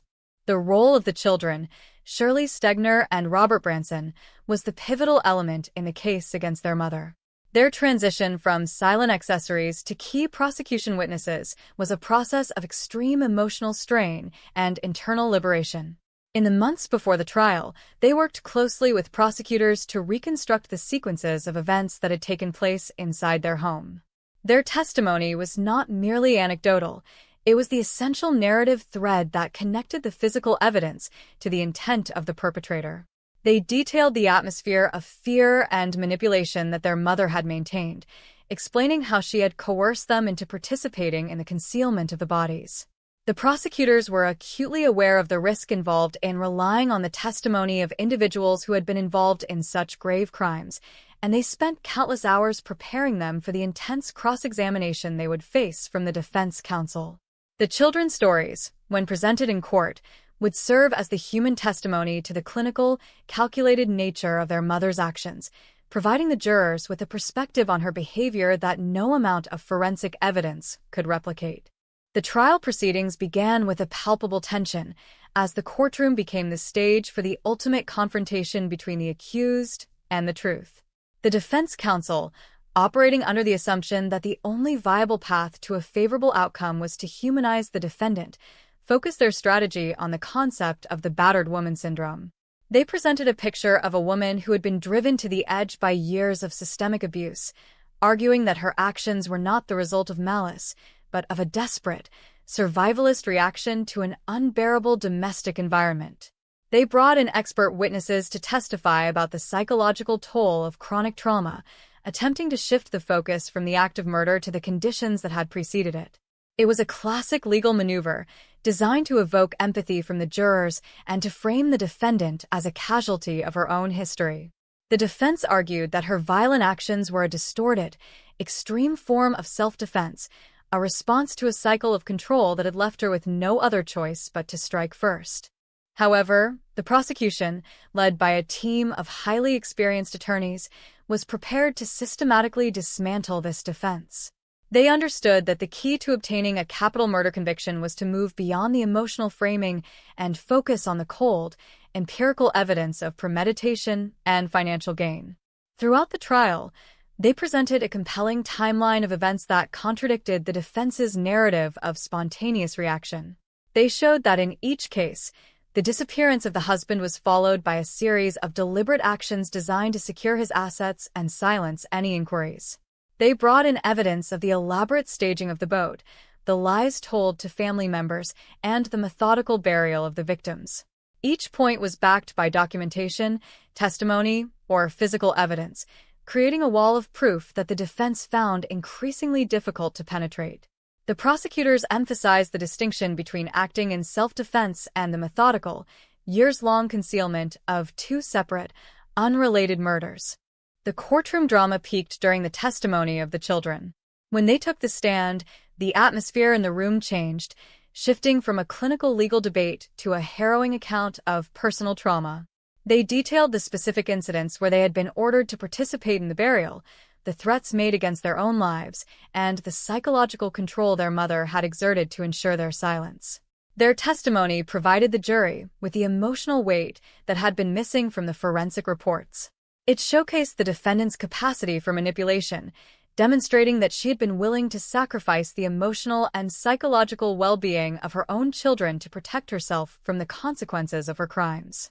The defense's cross-examination was intense, aiming to discredit the witnesses by highlighting their involvement in the crimes, but the children remained steadfast in their accounts, their desperation and their relief at finally speaking the truth becoming increasingly apparent to all who were present. The prosecution's closing arguments focused on the theme of responsibility. They urged the jury to look past the carefully crafted facade of the abused woman and to recognize the perpetrator for what she was, a cold, methodical killer who had weaponized her position of trust to destroy the men who had entered her life. They highlighted the discrepancy between her claimed victimization and her documented actions, noting that a victim of abuse would not typically arrange for the murder of a spouse, hide the body, and proceed to profit from his death. They argued that her survivalist instinct was not directed toward escaping an abuser, but toward maximizing her own benefit at the expense of others. The jury was left with the weight of the evidence and the memory of the harrowing testimony, forced to weigh the narrative of the defense against the stark, cold reality presented by the evidence and the witnesses. The judicial system, in its function as the arbiter of truth, was poised to deliver a verdict that would reflect the gravity of the crimes and the necessity of accountability. The trial not only served to convict the perpetrator but also to restore a sense of justice to the memory of the victims. The process was exhausting and emotionally draining, yet it was an essential component of the closure for those who had been affected by the crimes. Throughout the proceedings, the defendant remained composed, a detached figure whose lack of visible remorse or emotional response to the evidence against her only served to deepen the jury's conviction. The legal team worked with a relentless focus, ensuring that every detail was addressed and that no stone was left unturned in their pursuit of the truth. As the trial moved toward its conclusion, the weight of the testimony and the evidence had created a momentum that the defense could no longer halt. The jury, faced with the evidence of a lifetime of deception and calculated violence, was prepared to make a determination that would forever change the life of the defendant and provide a definitive answer to the questions that had haunted the community for years.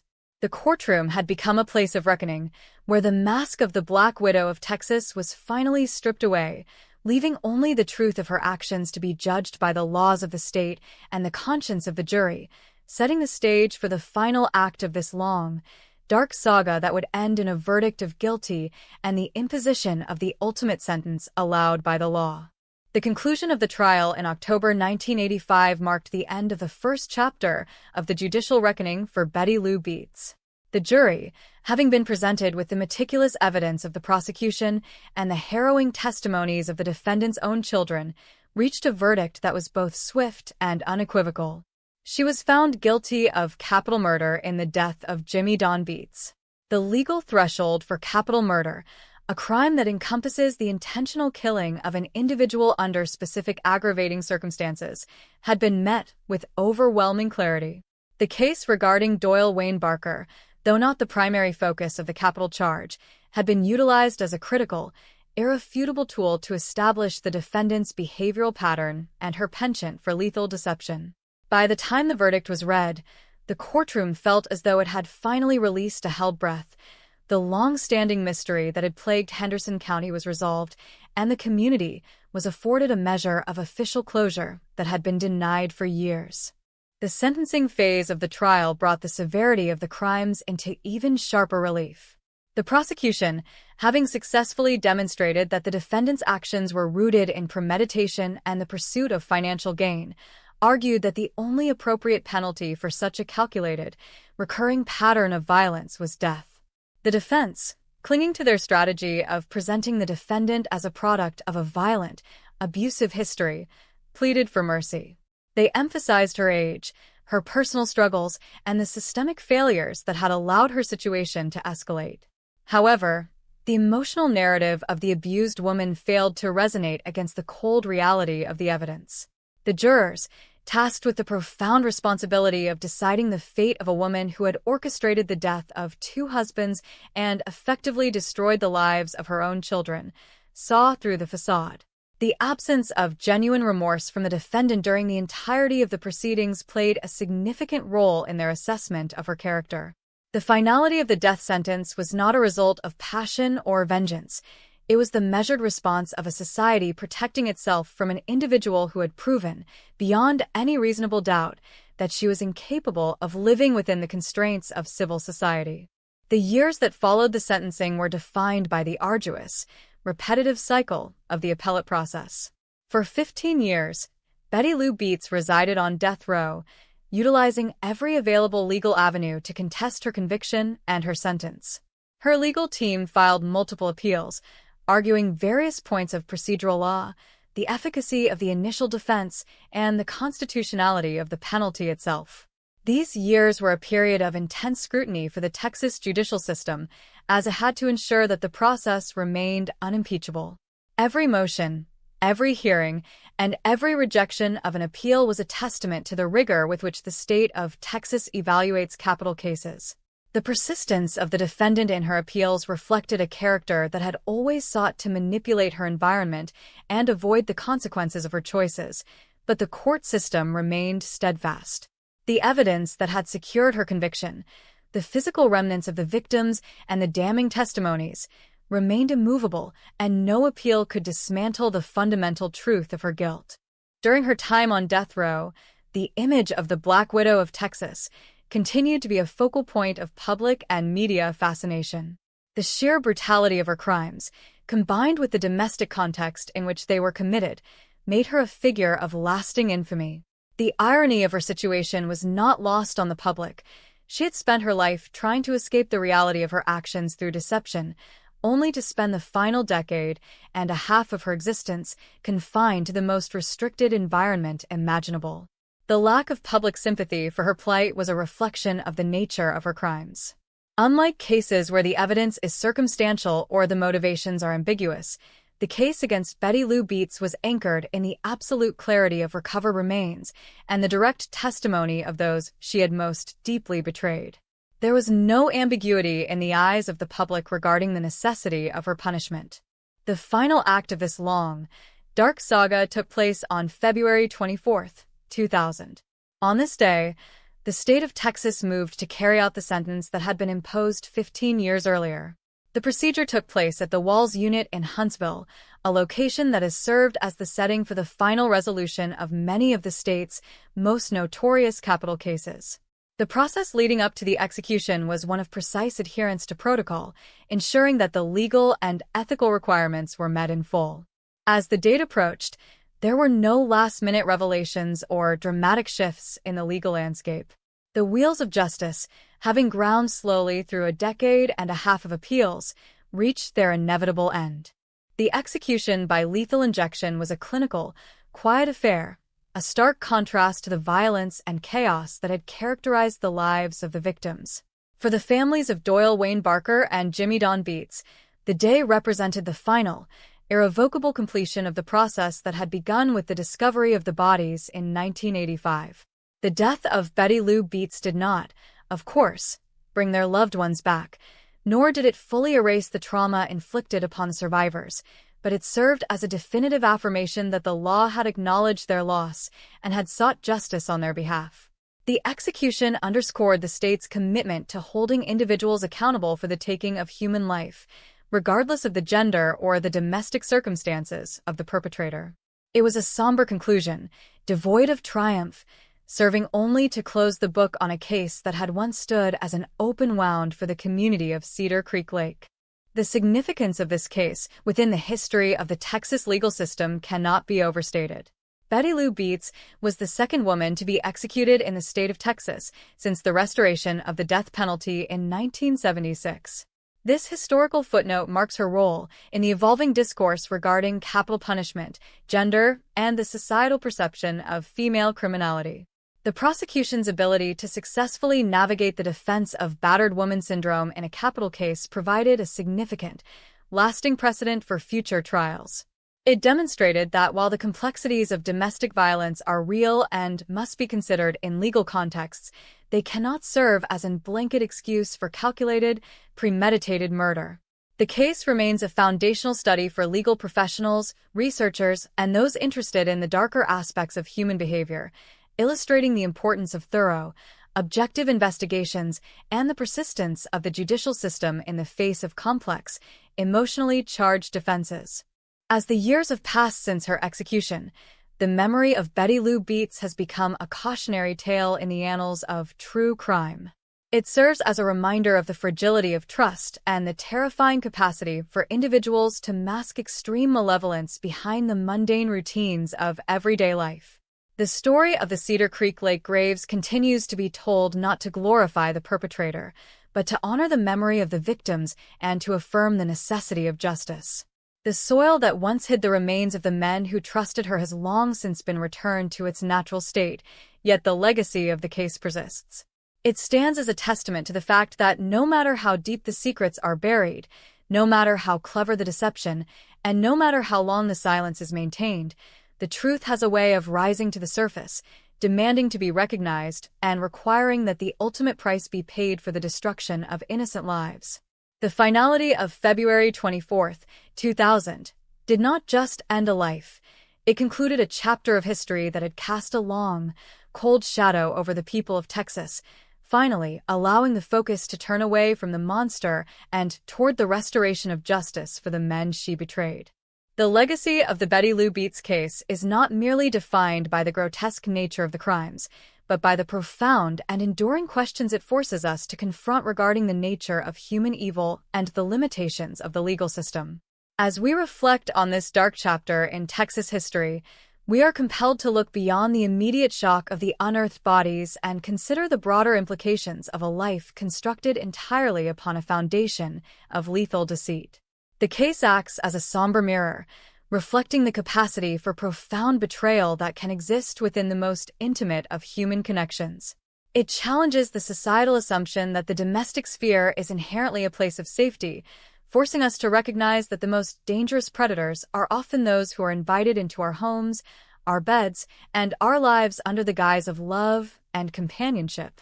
This realization is profoundly unsettling, as it shakes the very bedrock of interpersonal trust, reminding us that the human capacity for manipulation and violence can be cloaked in the most ordinary, mundane habits of daily existence. One of the most persistent themes to emerge from the story of the Black Widow of Texas is the devastating impact of her actions on the innocent lives she touched, most notably her own children. The tragedy of Shirley Stegner and Robert Branson is a unique and heartbreaking element of this saga. They were not merely bystanders to their mother's crimes. They were victims of a psychological and emotional conditioning that shattered their childhoods and forced them into a cycle of complicity. To coerce a child into assisting in the concealment of a human body is an act of parental malice so extreme that it fundamentally defies the instinctual nature of care and protection. The psychological scars inflicted upon those children, who had to reconcile the mother they knew with the murderer she became, are immeasurable. Their eventual decision to come forward and bear witness against her was a desperate act of reclamation, an attempt to escape the shadow of her influence and define their own moral compass in the aftermath of her horrors.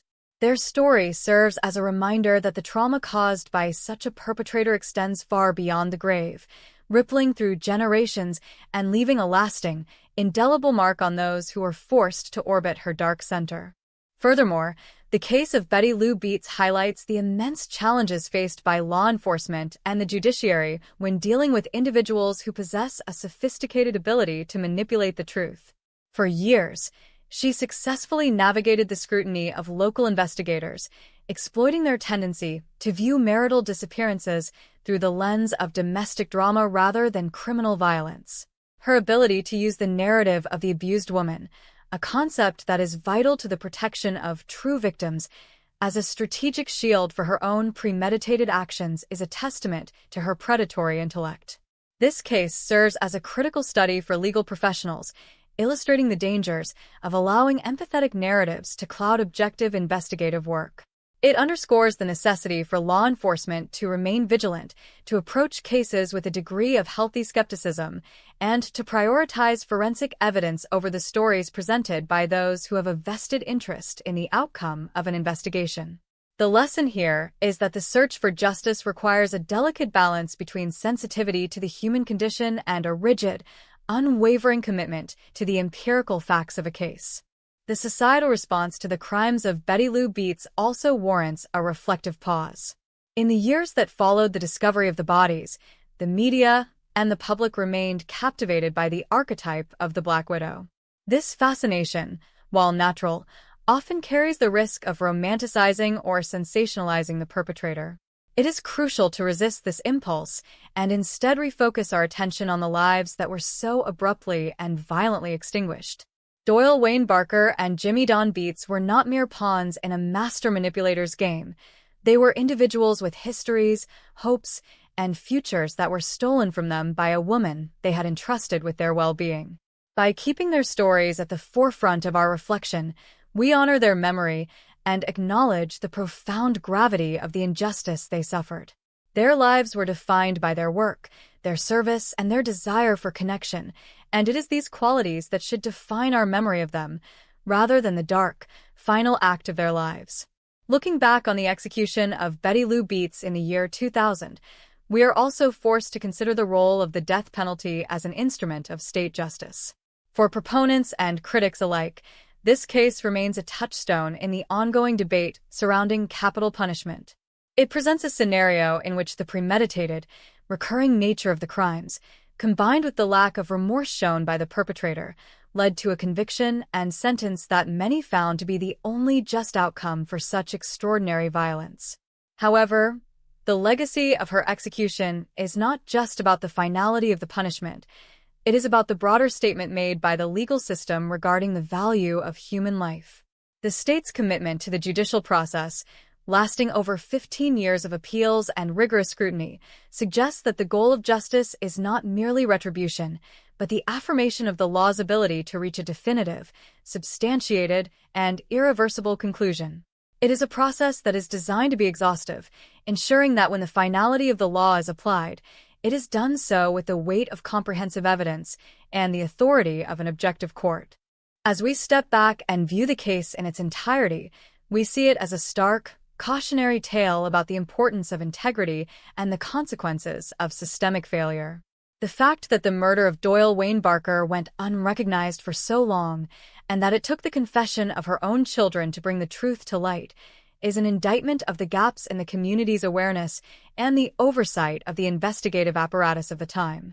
It challenges us to foster communities where such secrets cannot be kept, where domestic violence is addressed before it escalates to the level of tragedy, and where the welfare of the vulnerable is a shared, active responsibility rather than a private matter to be handled behind closed doors.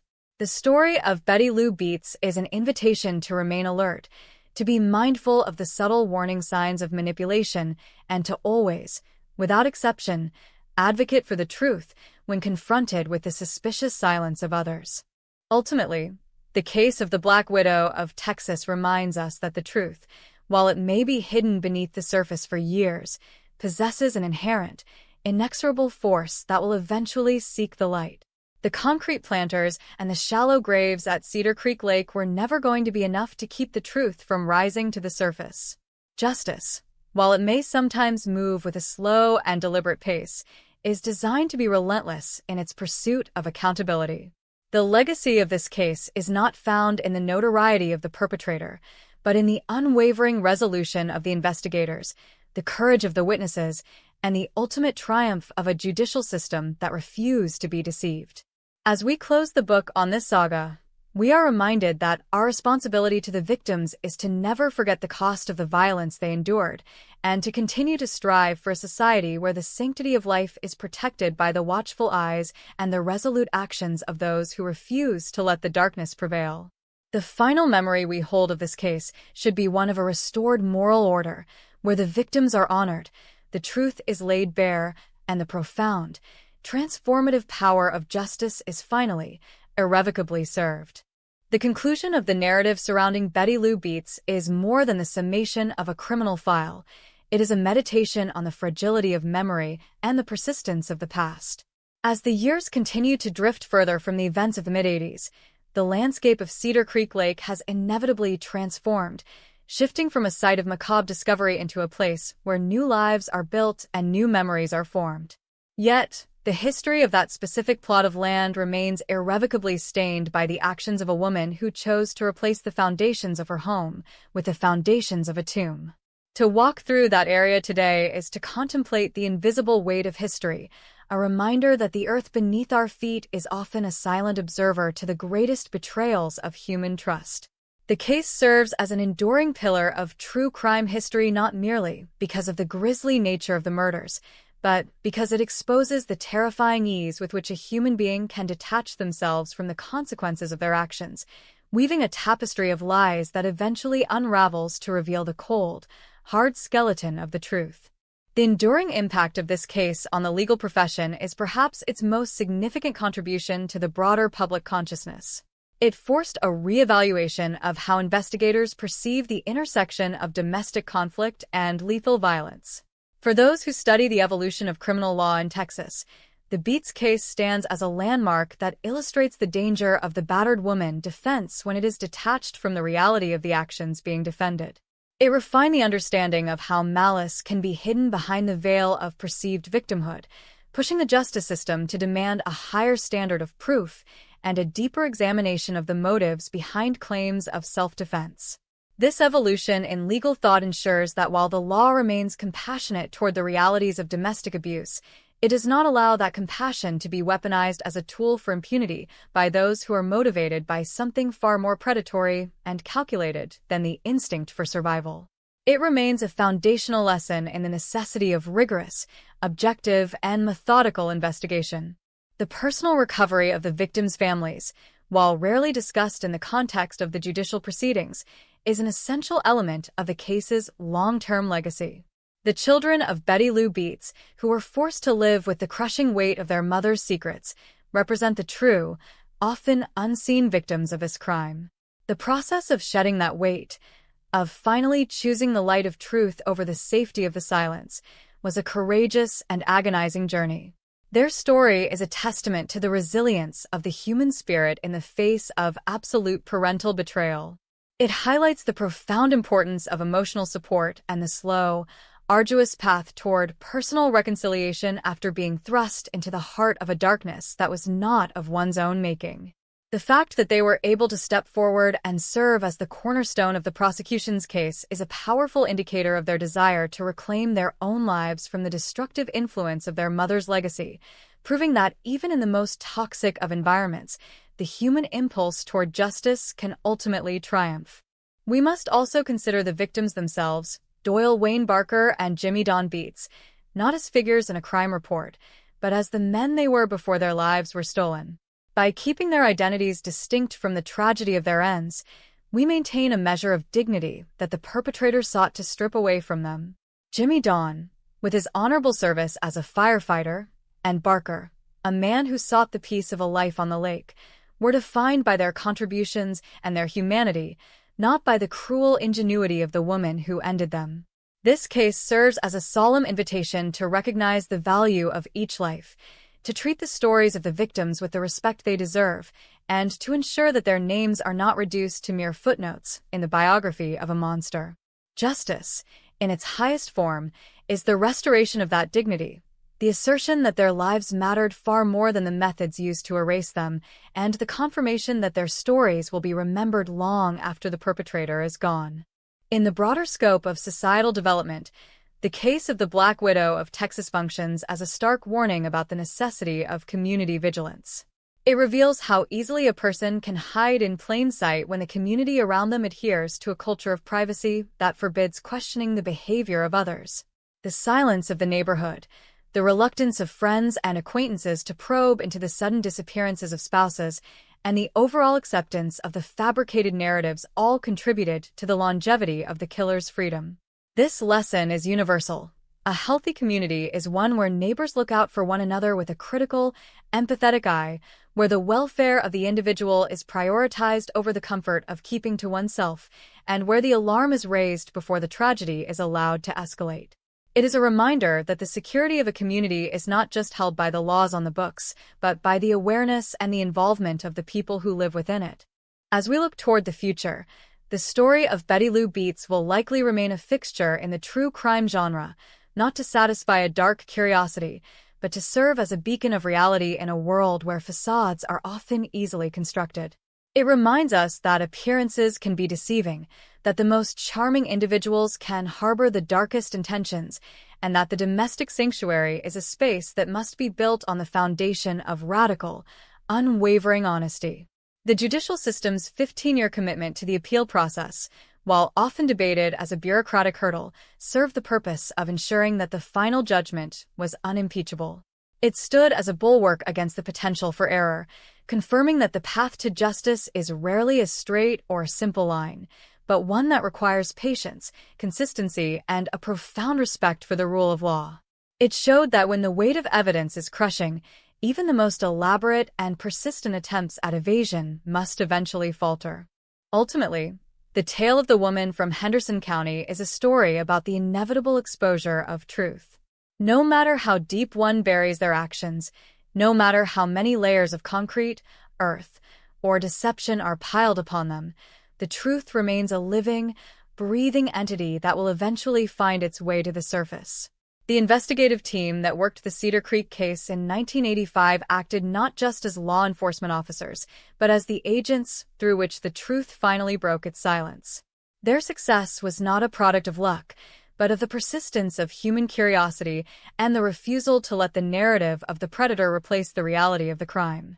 The legacy left behind is one of empowerment, an assertion that no one, regardless of how cunning or calculated their methods, is truly untouchable. The law, though it may take years to catch up, is a force that will eventually claim its due.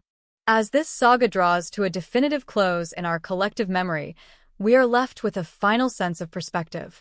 The world has changed significantly since 1985, and the tools available for the investigation of such crimes have advanced beyond recognition, yet the fundamental nature of the challenge remains the same. The battle between the deceptive surface of human behavior and the underlying, often ugly reality will continue as long as human society exists. It is our duty to remain vigilant, to remain informed, and to remain committed to the pursuit of justice, even when it is buried deep, even when the path is obscured, and even when the secrets seem insurmountable. The story of Betty Lou Beets is the final testament to the idea that light will always, in the end, find a way to penetrate the dark, providing the necessary resolution to stories that would otherwise remain forever lost in the shadows. We remember the victims, we acknowledge the process of justice, and we learn from the past to ensure that the future remains a safer, more transparent place for all who value the sanctity of life and the unyielding nature of the truth. The finality of the Betty Lou Beets case resonates through the corridors of time not as a triumph of vengeance, but as a somber affirmation of the judicial system's capacity to eventually confront the most entrenched shadows of human behavior. Reflecting upon the entirety of this saga, one is struck by the stark realization that the true horror of the case was not merely the violence, but the duration of the deceit. A human life is a fragile, singular thread in the vast tapestry of existence, and to have that thread severed by someone who offered intimacy is a unique cruelty that strikes at the very heart of the human social contract. The Black Widow of Texas, in her long tenure of manipulation, essentially attempted to rewrite the rules of morality, turning her mobile home into a theater of calculated erasure where the people she ostensibly cared for were transformed into disposable assets. The resolution of this case through the mechanisms of law serves as a vital reminder that society possesses the collective power to reject such rewritings and to demand an accounting for every life taken. The psychological landscape left in the wake of such a tragedy is complex and multifaceted. We must consider the immense strength required by those who eventually chose to break the silence. The role of Shirley Stegner and Robert Branson, who stood on that witness stand to dismantle the carefully guarded myths of their mother, cannot be overstated. Their journey was not simply a legal necessity, it was an act of profound personal liberation. They were forced to inhabit a reality that was fundamentally alien to the values of the broader society, navigating the conflicting poles of maternal loyalty and the absolute requirement for justice. By choosing the latter, they reclaimed their own humanity from the grasp of a parent who had sought to turn them into extensions of her own darkness.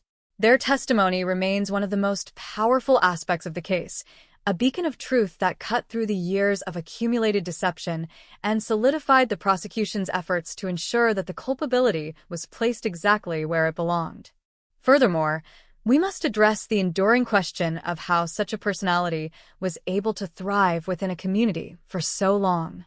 The Cedar Creek Lake residents, like many in rural communities, relied on the strength of trust and the expectation of communal stability. Betty Lou Beets exploited this inherent trust, understanding that in a world where people generally assume the best of their neighbors, a well-told lie about a husband's departure can be as effective as a truth. This suggests that the ultimate defense against the emergence of such figures is not cynicism, but a heightened, cautious awareness.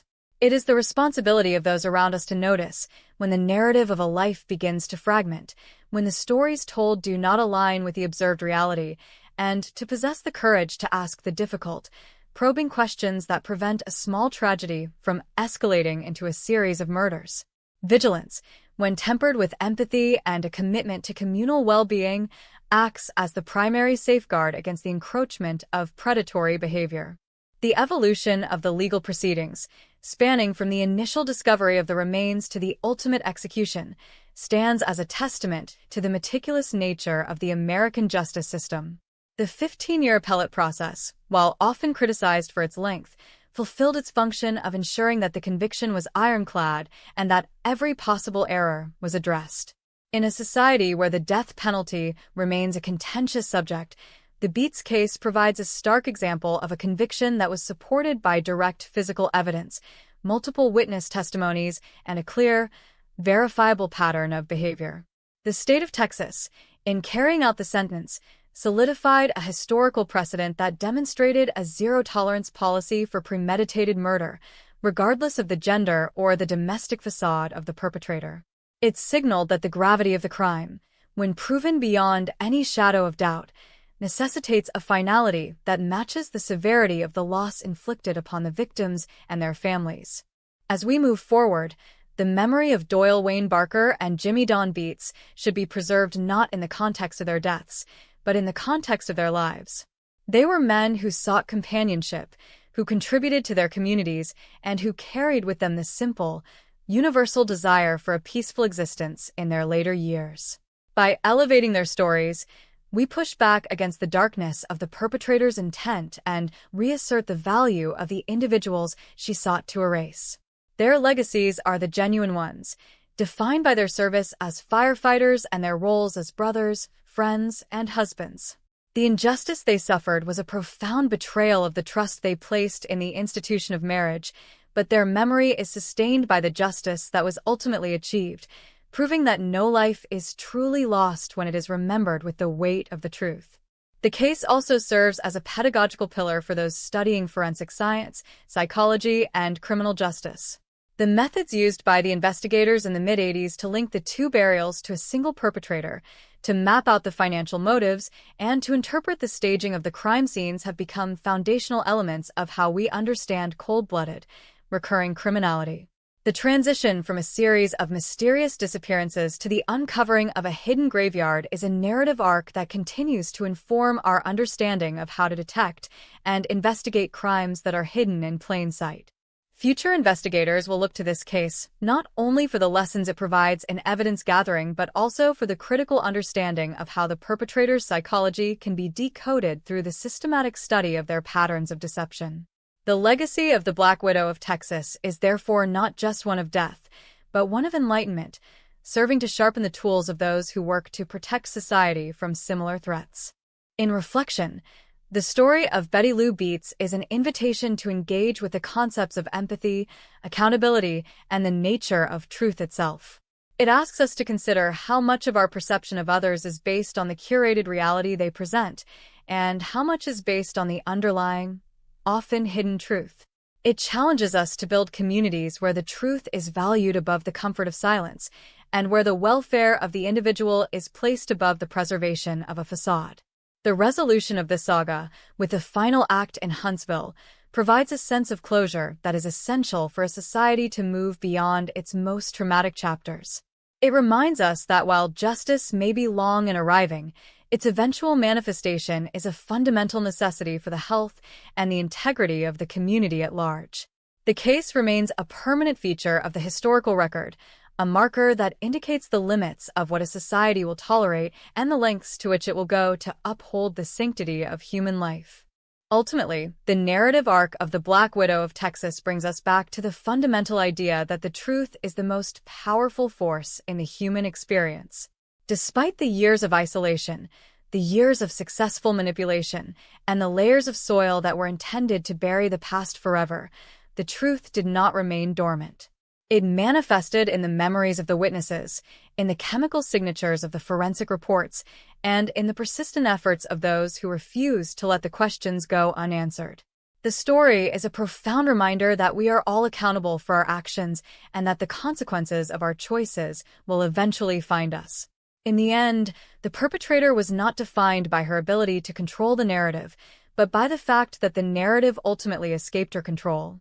The final chapter, written in the annals of history, serves to ensure that the memory of the victims is preserved and that the darkness that once resided at Cedar Creek Lake is finally and permanently extinguished, leaving behind a clear, unobstructed light that allows us to see the reality of the past with the clarity of justice. The saga, now concluded, serves as a testament to the strength of human memory and the ultimate victory of the objective truth over the subjective, manufactured reality of a predator. The narrative of the Betty Lou Beets case reaches its final depth when we consider the enduring nature of societal memory and the way in which the law serves as a mirror for our collective conscience. As we synthesize the events from the quiet, fateful days at Cedar Creek Lake to the sterile, inevitable conclusion within the Huntsville Walls unit, we must acknowledge that this is a case that refuses to fade into the background of historical obscurity. It is a story that occupies a unique space in the lexicon of true crime because it encompasses the full trajectory of human deception, moving from the subtle manipulations of a domestic setting to the harsh, unforgiving glare of a capital murder conviction. To analyze this case in its totality is to engage with the reality that justice, while often perceived as a slow and cumbersome process, is the only mechanism through which a society can purge the poison of such calculated violence from its midst. The legacy of this case, therefore, is not found in the fleeting headlines of the 80s or the sensationalism of the era, but in the permanent establishment of a standard that demands transparency, accountability, and the unwavering pursuit of the truth, regardless of the personal or domestic barriers that may exist. We must reflect upon the role of the investigator as a seeker of truth in a world that is all too eager to accept the convenient narrative. The detectives who finally pierced the veil of the Cedar Creek Lake property in 1985 were engaged in an act of intellectual and moral courage. They were required to look past the performance of the grieving widow, to reject the easy comfort of the accidental drowning theory, and to trust the testimony of those who had been most damaged by the crimes. Their success serves as a perennial lesson in the importance of skepticism and the necessity of forensic rigor. The physical evidence they uncovered, the bone fragments, the projectiles, and the remnants of the lives that had been so abruptly silenced, was not just evidence in a court of law, it was the reassertion of the victim's existence. By bringing these remains into the light, the investigators forced the world to acknowledge that Doyle Wayne Barker and Jimmy Don Beats were not mere characters in a story of disappearing husbands, but individuals whose deaths necessitated a reckoning.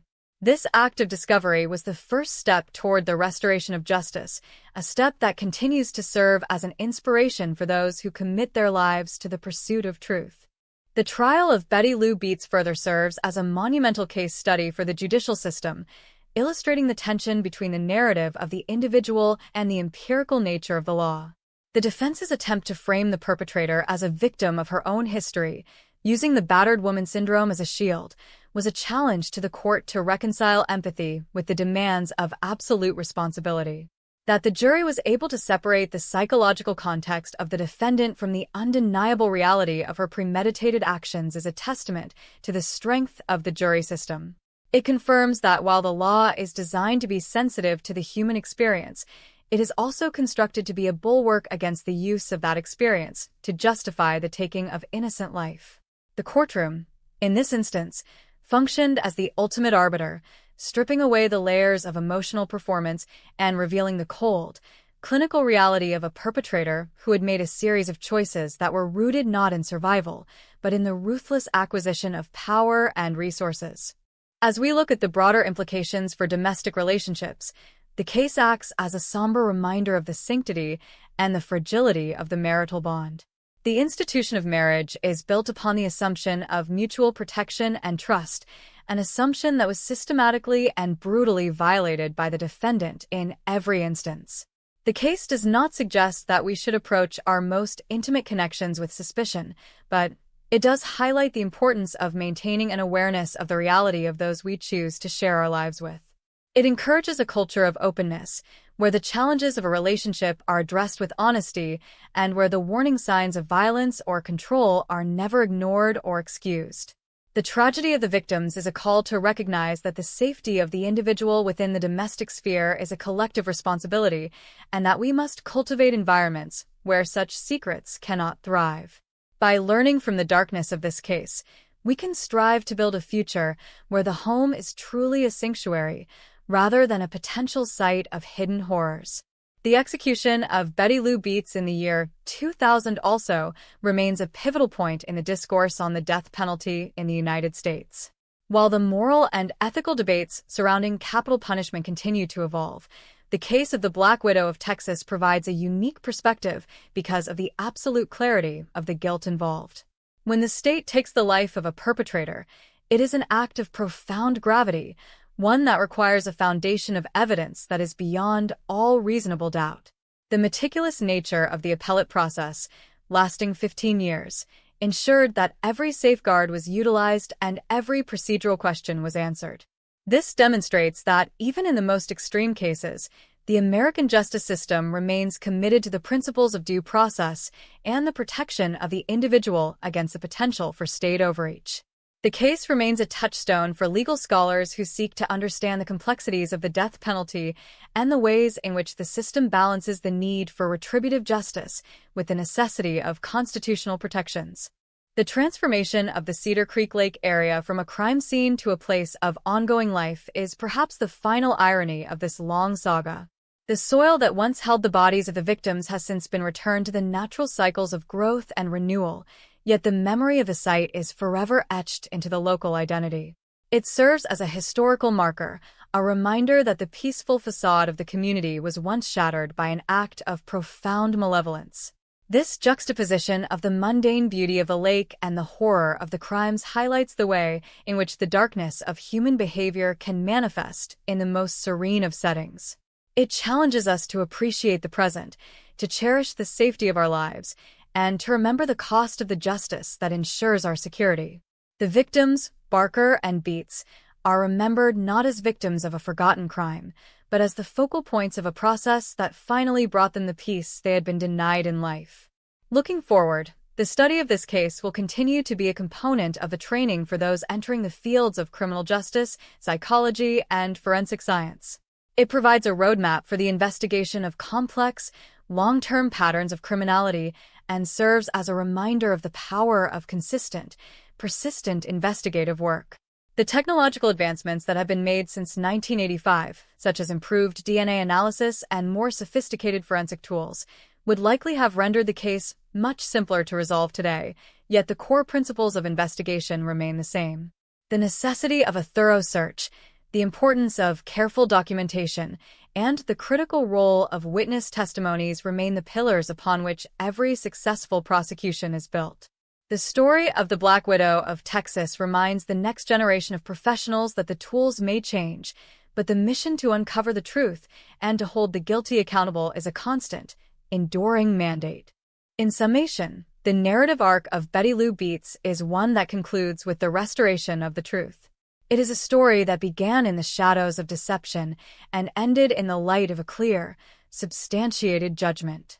The legacy of the case is the affirmation that no individual is above the reach of the law and that no secret, no matter how carefully guarded or how long maintained, is truly insurmountable. The story of the men she betrayed and the courage of the children who brought the truth to light serves to reinforce the belief that justice is an inherent necessity of a civilized society. As we close this extensive examination of the facts, the testimony, and the judicial consequences, we are left with a renewed appreciation for the mechanisms that uphold our collective sense of right and wrong. We hold the memory of the victims with the respect they deserve, and we acknowledge the final, irrevocable nature of the verdict that brought this long, dark saga to its necessary end. The darkness has been addressed, the secrets have been brought into the light, and the truth has been served, ensuring that the legacy of this case will continue to serve as a reminder of the value of life and the unyielding strength of the justice system for years to come.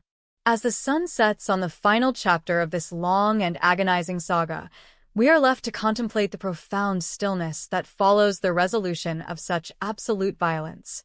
The case of Betty Lou Beets is not merely a record of crime, but a testament to the enduring weight of the truth. Over the course of this investigation, from the initial, haunting discovery of the graves beneath the garden and the storage shed to the final, clinical conclusion in the execution chamber in Huntsville, we have traveled through a landscape of human darkness that defies easy comprehension. Yet, in the aftermath, what remains is not the image of the perpetrator's manipulation, but the clarity of the evidence that ultimately dismantled her world. The life of a predator is often defined by the effort they expend to stay hidden, to curate their environment, and to ensure that their version of reality remains the only one available. However, as this case so vividly demonstrates, the truth possesses a gravitational force of its own. It pulls at the edges of the lie, it reveals itself in the fracturing of witnesses' resolve, and it eventually demands to be brought into the light, regardless of the years of silence that have been carefully cultivated around it. The journey we have taken through the life and crimes of the Black Widow of Texas forces us to recognize the vulnerability of our own perceived security. We live our lives under the assumption of a shared social reality, where the roles of partner, parent, and neighbor carry inherent expectations of care and integrity. When these roles are subverted by a calculated, lethal agenda, it causes a rupture in the community that is difficult to repair. The case of Jimmy Don Beats and Doyle Wayne Barker is a stark reminder that even those who are ostensibly the closest to us can harbor the most alien of intentions. This does not mean we should live in a state of perpetual suspicion, but rather that we should cultivate a deeper awareness of the people who enter our lives and the integrity of the stories they tell. The caution is not born of a desire for darkness, but of a commitment to the preservation of our own safety and the safety of those we love.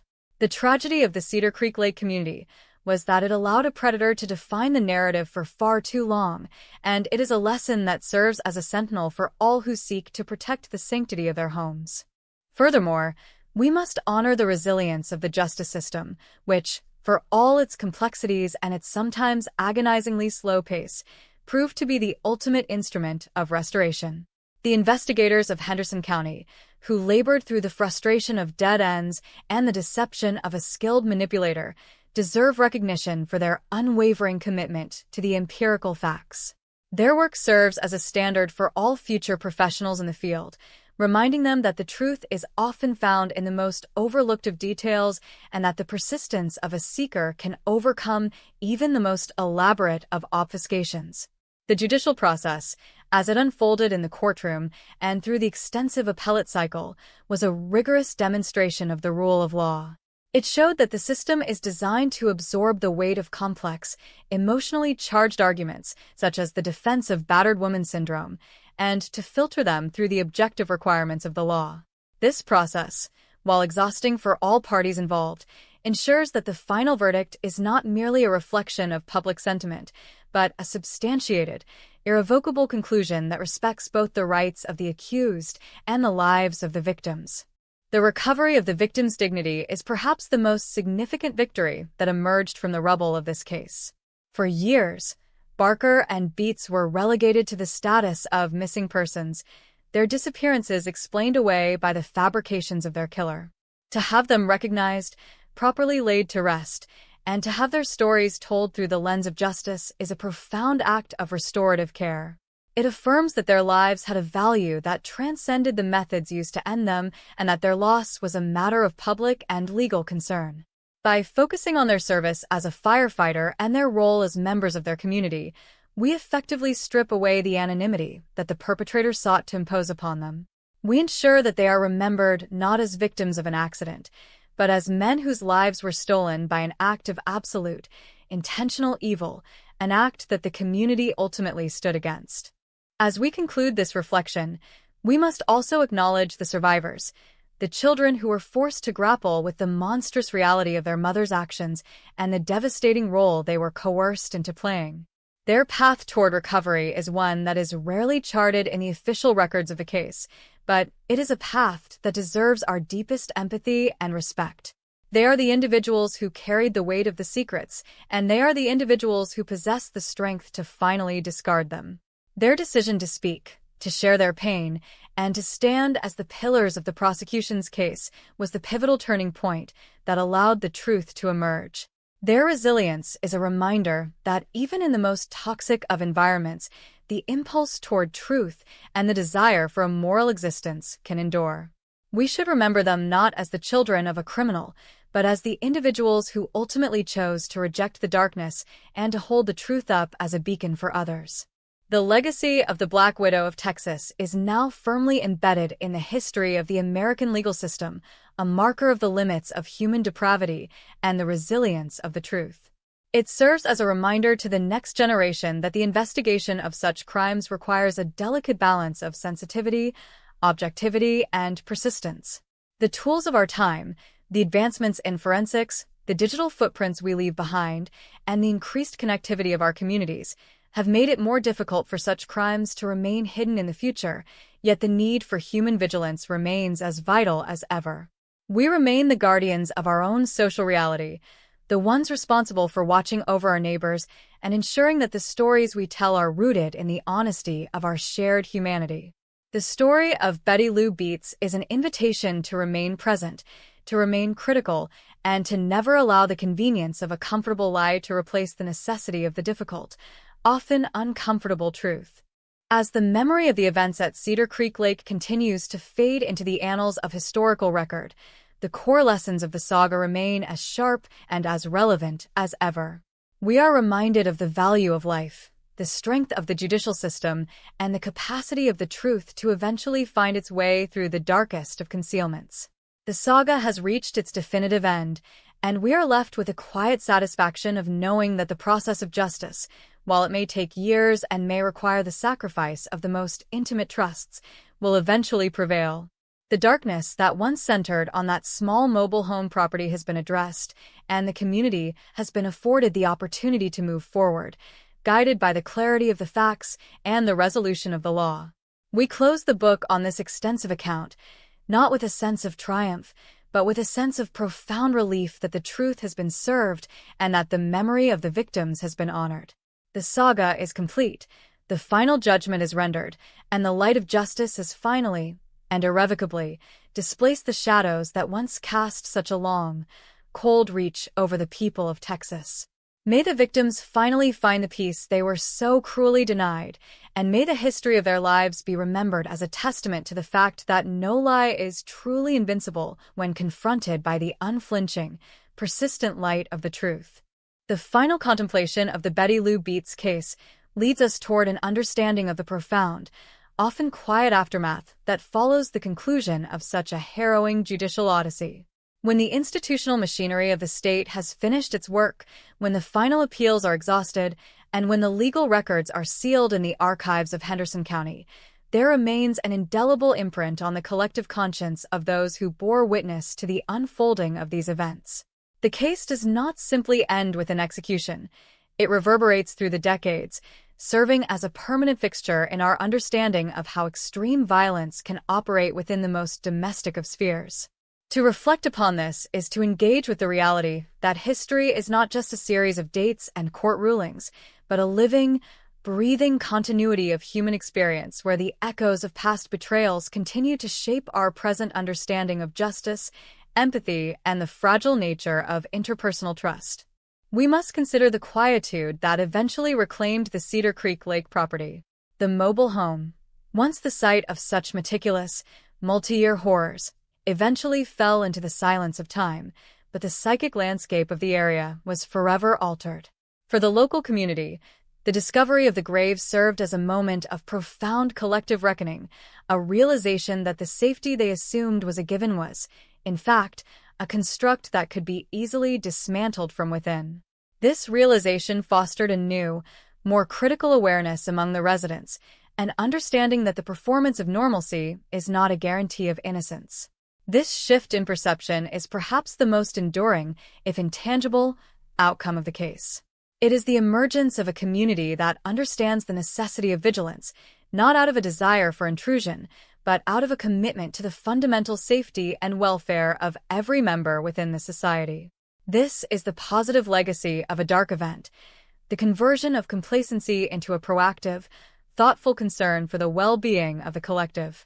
The trajectory of the investigation, marked by the transformation of family members from silent, fearful participants to the essential voices of the prosecution, offers a profound insight into the human capacity for redemption and moral clarity. Shirley Stegner and Robert Branson did not begin their journey with the intent of becoming figures in a landmark true crime story. They began it as individuals trapped in a stifling, destructive reality.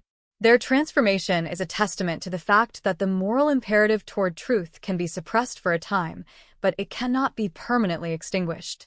Their ultimate decision to stand before a court of law and expose the secrets of their own mother was an act of extreme courage that demanded the complete dismantling of their own private world. Their lives post-trial are a private matter, but their role in the public history of the case is one of quiet, resilient dignity. They remind us that the legacy of a predator does not have to be inherited by those who are caught in their wake, and that the path toward reclaiming one's own life, while fraught with the trauma of the past, is an essential journey that leads to personal and moral freedom. We must also continue to center the identities of Doyle Wayne Barker and Jimmy Don Beets as the defining elements of this story. In the realm of true crime storytelling, there is an inherent danger in letting the persona of the criminal define the narrative. By consistently returning to the lives of the men who were erased, we perform a necessary, ongoing act of remembrance. Jimmy Don, with his legacy of service to the city of Dallas and his pursuit of a simple, hard-earned retirement, remains the figure around which the community's sorrow and their demand for justice originally coalesced. Doyle Wayne Barker, though his disappearance was tragically met with years of indifference, has been restored to his place as a man of worth whose life was treated with horrific disrespect. To remember them as they were, rather than as they were discovered, is to honor the human spirit that Betty Lou Beets sought to extinguish. It is the most fundamental duty of a society that values the sanctity of life to ensure that the names of the victims are held in higher regard than the name of the perpetrator. The judicial process itself, with all its complexities, serves as the ultimate affirmation of our shared societal values. The fact that the state of Texas dedicated 15 years to ensuring that the conviction and sentencing were handled with the highest level of legal scrutiny speaks to the importance placed on the integrity of the judicial system. It was not enough to find the perpetrator guilty. It was necessary to ensure that the process was beyond reproach, immune to the challenges of procedural errors or constitutional ambiguities. This commitment to due process, while often interpreted by the public as a delay of justice, is actually the very foundation of its legitimacy. It ensures that when the finality of the law is applied, it is done with an authority that cannot be challenged. This case, through its long appellate saga, serves as an exemplar of the state's devotion to the rule of law, demonstrating that even in cases of extreme, undeniable guilt, the state will not compromise the principles that define its legal identity. Furthermore, we must address the psychological impact of the Beets case on those who work within the justice system itself. The detectives, the prosecutors, and the forensic experts who navigated the horrors of the Cedar Creek property were themselves altered by what they found. The burden of carrying the truth through the halls of justice is a significant, often unacknowledged aspect of the work done by those who serve the law. Their persistence in the face of such calculated, multi-layered deception is a form of service that deserves our acknowledgement. Their work is the invisible infrastructure of our safety, the steady hand that guides the light of justice into the darkest corners of human behavior. The lessons they learned, the methodologies they refined, and the resolve they demonstrated in the pursuit of this case have undoubtedly contributed to the strengthening of the investigative apparatus, ensuring that future crimes, however cleverly hidden, are met with a sophisticated, unwavering response.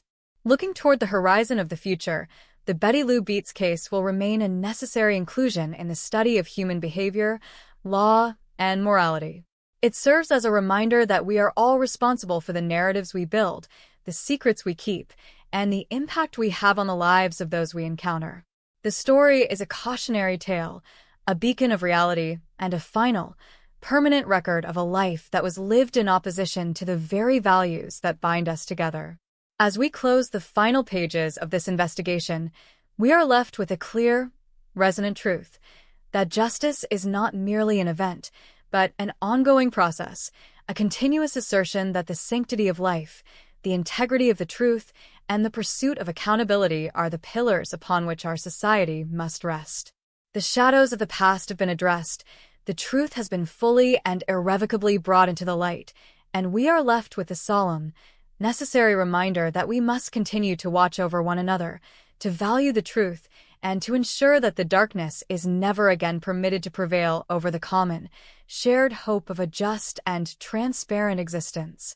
This is the enduring legacy of the Black Widow of Texas, a story that now belongs to history, leaving us with a final, quiet resolve to cherish the light we have earned.